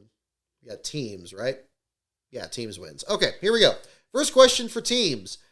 How many years did Kyle Petty drive for Team Sabco? Don't look it up. Try to guess it. How many years did Kyle Petty drive for Team Sabco? I believe I have some super chats I got to check up on too. I'm sorry. Let me get these two. Again, Confirmation 07. Thank you so much for your super chat from earlier. We are so back. We've never been so back. Thank you again. And congratulations to your guy, Bubba Wallace, there on a fine performance out there on punching his ticket to the next round. So, yes, thank you very much. And Beast of Metal, I have a couple from you that I have to check. My goodness, dude, you don't have to keep sending them, but thank you so much. Let me get those. I want to make sure I don't miss those. Let me get the first one here. Alrighty. First one here from Beast of Metal. Again, thank you. Pending post-race, Denny Hamlin should officially surpass Junior Johnson to set the new dubious record for most Cup Series race wins without an accompanying driver's championship. He's definitely looking to hand that one back. Very good point. Very good statistic. I hadn't thought of that. Yeah, I mean, now when he's getting up there, more than 50 wins now? A tremendous career he's had. I mean, it's, and again, but, I know that there's been a lot that he said about Mark Martin and so forth, and there could be a different, different situation. But yeah, I mean, we'll see if things change. And again, we'll be there in November to find out if it does, because that's going to be quite the story, one way or the other. But yes, pending, it could be a situation where, driver just has a ton of wins, but not one championship, not for lack of trying. But we'll see if that's going to be a situation. Oh, Mark Bancroft, yes. If you haven't seen it, yep, this is a Michael Waltrip 2000 shirt here. You can see that a little bit there on that. I posted some pictures of it on Twitter as well. If you check my feed, I posted that before the race. It actually has a front and a back there on that. I'll spare you the sight of me stumbling out of this chair for that, so you can check that out too. But yep, that is a Michael Waltrip shirt this time around for the show. I was going to wear the junior one though, but again, I've just held on to that too. Yeah, JR Motorsports is not paying me, by the way. Nobody's paying me but the Patreon and those of you sharing the videos on the YouTube here. So yeah, but again, if you're interested in crazy looking shirts, you could do worse than that junior one, which is pretty crazy. Alrighty. Yeah, I like that paint scheme too. This is kind of, it's neat. I like how the 7 is kind of in a weird shape because it tried to get the angle different. It's almost like it's straight up and down instead of at an angle. But yeah, I liked it when Mike Wallace ran it as a Ford. I thought that was pretty cool. Reading the question again, how many years did Kyle Petty drive for Team Sabco? I guess it's for 9 and 6 and 8 and 69. Nice. And we got several guesses. The answer is indeed 7. Whoop, hang on. Well, I've shown it to the microphone. Late night, folks. 7 is the correct answer on that one. Thank you, Mike. I'm glad you enjoy the books. Number 2 is coming out here pretty soon. I thought that was another thing that I wanted to do with the second book. I didn't want to be known as just somebody who just does books on tragedies, like we did with the JD book. I mean, it wasn't just about the tragedy of what happened to him. It was also very much a story about his life. But I also didn't want to do a book that was going to be too different from that. So when I was thinking about a book about somebody that was a race winner, somebody that's a very famous race winner or a 500 winner, but still an underdog at the same time, Derek Cope's name came up right away. I mean, that was perfect. There were other candidates to think of along the way, but really we were on the drive home from the airport after the Watkins Glen book signing for JD when it came up the idea of doing the Derek Cope book. And it was actually at Phoenix that year in 2018. I did my first interview with Derek, and subsequent races Phoenix were actually part of that same development of the book, which is in there. And actually, a lot of this discussion about the charter system is also in that book. I don't want to let it on too much about that. You have to read it to find out. But it is in there, folks. It's absolutely in there. And I will just say, you don't have to just take my word for it, because there were definitely other people that were interviewed that were very much a big part of this project. And you will meet them as well in the book, which is always very exciting. Very exciting. So we're getting that going. The Copes are excited too. I was glad to share this with them, and they were very happy with it. So I'm glad we're moving along, and we're on to the next step. Alrighty.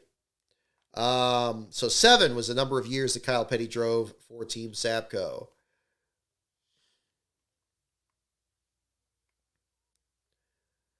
Let's see. Okay, here we go. Next question, folks. What team owner hails from Shaker Heights, Ohio? Don't look it up. Try to guess it. What team owner hails from Shaker Heights, Ohio?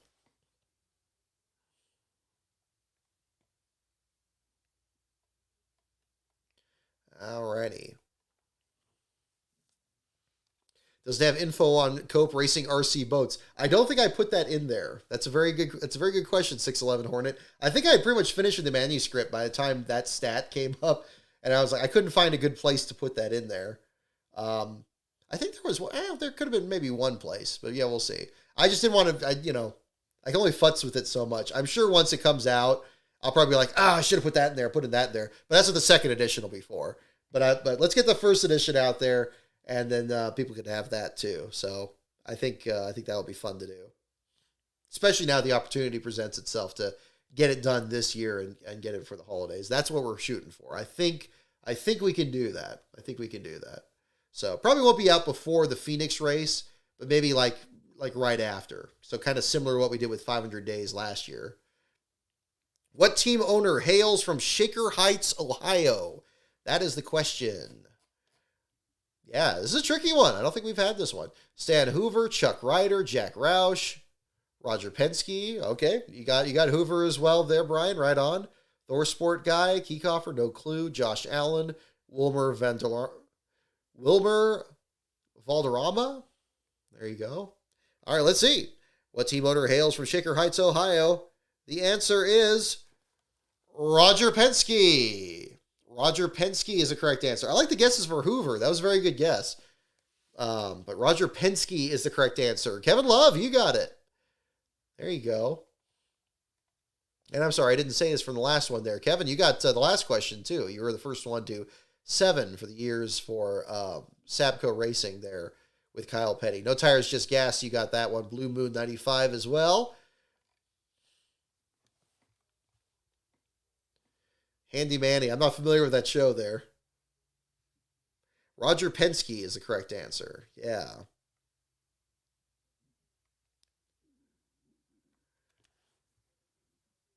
Okay, next question here, folks. What team owner was once Ford Motors Director of Special Vehicle Operations? What team owner was once Ford Motors Director of Special Vehicle Operations? I got the right pronunciation. Right on. I didn't watch that show. Thank you, Beast of Metal. What team owner was once Ford Motors Director of Special Vehicle Operations? That is the question.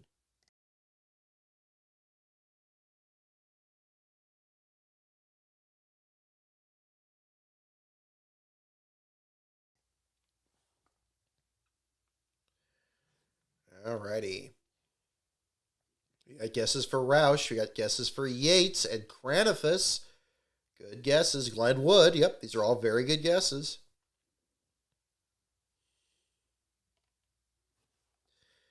Alrighty. What team owner? Last time. What team owner was once Ford Motors Director of Special Vehicle Operations? Get those guesses in. The answer is Michael Cranifus. Brian, you got it, man. Cranifus is the correct answer. Good guesses for Roush and Don Miller and Robert Yates and Glenn Wood, too. Really, those are all good guesses. But Cranifus is the correct answer.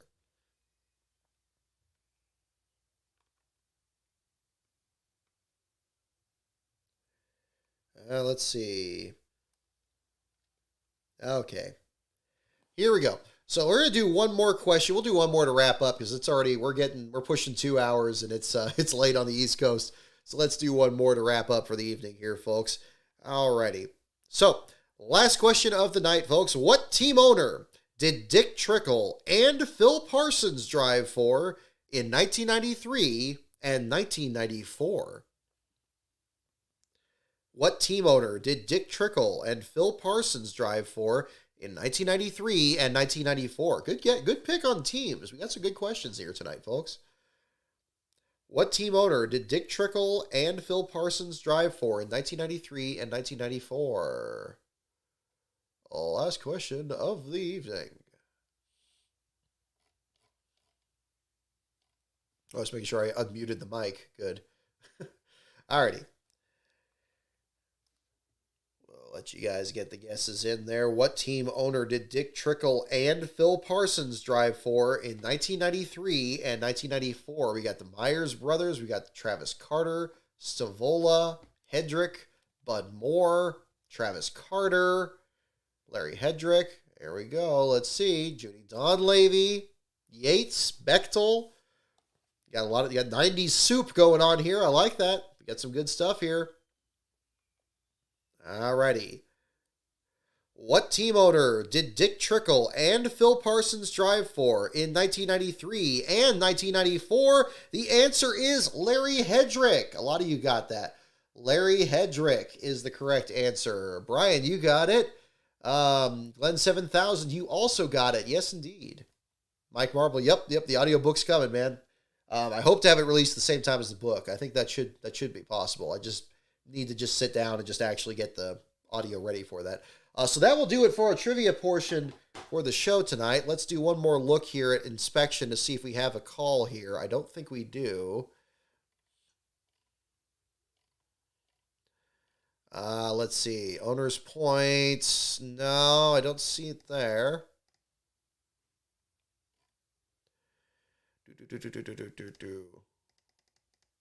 Yeah, I don't see there at the same time. So that should do it. We'll go ahead and call it here.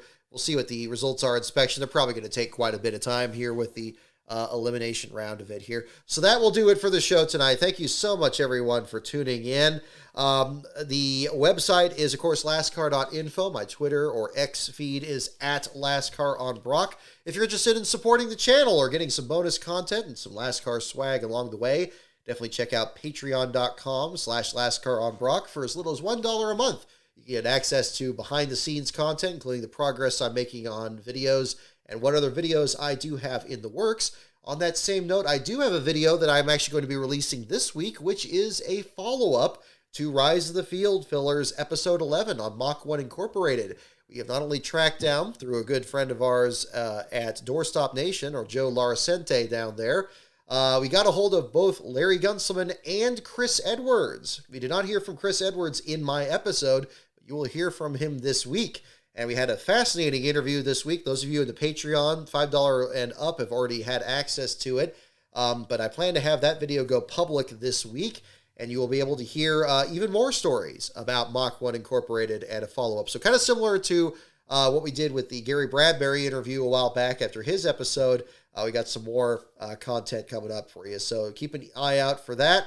So it's going to be real exciting there. But in the meantime, our next show is going to be next Sunday after the Cup Series race at Texas. We'll cover the next round for the Lone Star State, our last place battles, as well as the materializing championship format there for both the Trucks, Xfinity, and Cup, or I guess it's just going to be Xfinity and Cup next week. And we'll just come on the show here about 15 minutes after the checkered flag and sum it all up for you guys. So in the meantime, have a wonderful evening. Enjoy your Sunday. See you all next Sunday, and we'll have a good time here again on the show. Thanks again for all your support, and take care, everyone.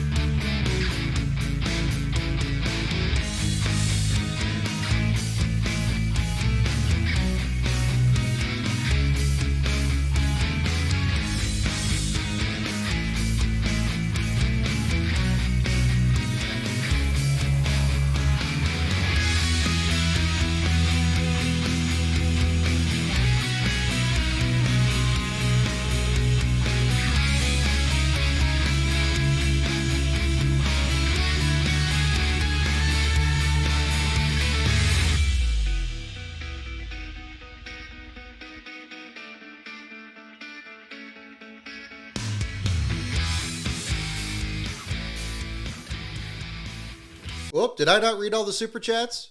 Oh, goodness. Beast of Metal. I'm sorry. I got the first one. Did I not get the second one? Oh, I didn't get the second one. I am so sorry. Bonus content, folks. One more here. Thank you. Thank you for the heads up, man. I don't want to do you the disservice of that. I definitely need to get the other one. Sorry, folks. We're going to do this on here. I got the first one here. Yes, about the Junior Johnson one. That was a good stat. Okay, hang on. Hang on. We're going to get this. We're going to make this good. Look, you guys, look, I'll tell you what. If you guys get the super chats on here, I'll definitely make sure I read them because I want to make sure I get that. Okay, where are you? Where are you? Oh, I see. We're doing some, we got some Kaufman contact here. Let's see. There it is. Okay, I see it. Hey, so again, your other super chat, again, big thanks for this. Let me make sure I definitely want to read it here, man. Hey, can we get the SEC to investigate the charter system to see if it counts as an unregistered security? Don't forget there are annual dues too, and still no guarantee of a sponsor waiting. Kaufman is rolling in green. I'd have to agree, man. I'll tell you what, if you have to pay millions of dollars for a charter, and that was the marker, is like that you are supposed to be able to be more marketable for advertising. I guess the thing you could look at is if that enforceable to say that if you had a charter, you'll be able to actually get a sponsor. Is that actually actionable? I guess you could probably argue that. But for sure, I mean, I do think that the whole system stinks, and that's probably where NASCAR is coming from, where they're really reconsidering doing this, not re-upping this in the future. But I think that would be another one to look at. Yeah, I think it needs to be looked at. I think it's really a very questionable system with questionable, I mean, especially if you're paying, there's no oversight on the cost of the charters. I think that's the other thing you got to look at. I mean, if we're getting up to $40 million, I mean, you can almost make a Hollywood movie off of how much it costs to buy a charter. It's getting silly. It's getting downright silly. And, I don't agree with it at all. So again, yeah, no, thank you for the super chat for sure. I am so sorry that I didn't do it in the main part of it there, especially if you paid that much for it. I definitely want to make sure you get your super chat there. So yes, bonus content here at the end of Behind the Wall here. And we got that on there too. Did I make sure I'm not missing anybody else's? I don't think I got confirmations and I got both of yours. So yes, so definitely thank you very much. And yes, I do appreciate you letting me know there at the same time there. This. Oh, we do have we have a tech announcement. Perfect. I totally planned on doing this. No, I did not. Yes, 3 minutes ago, post-race tech is complete, no issues. Hamlin is the winner, no cars to R&D. So congratulations to Denny Hamlin, and it will be a Ryan Newman article. The 14th last place finish of Ryan Newman's Cup career, his second at Bristol, his first in more than 2 years.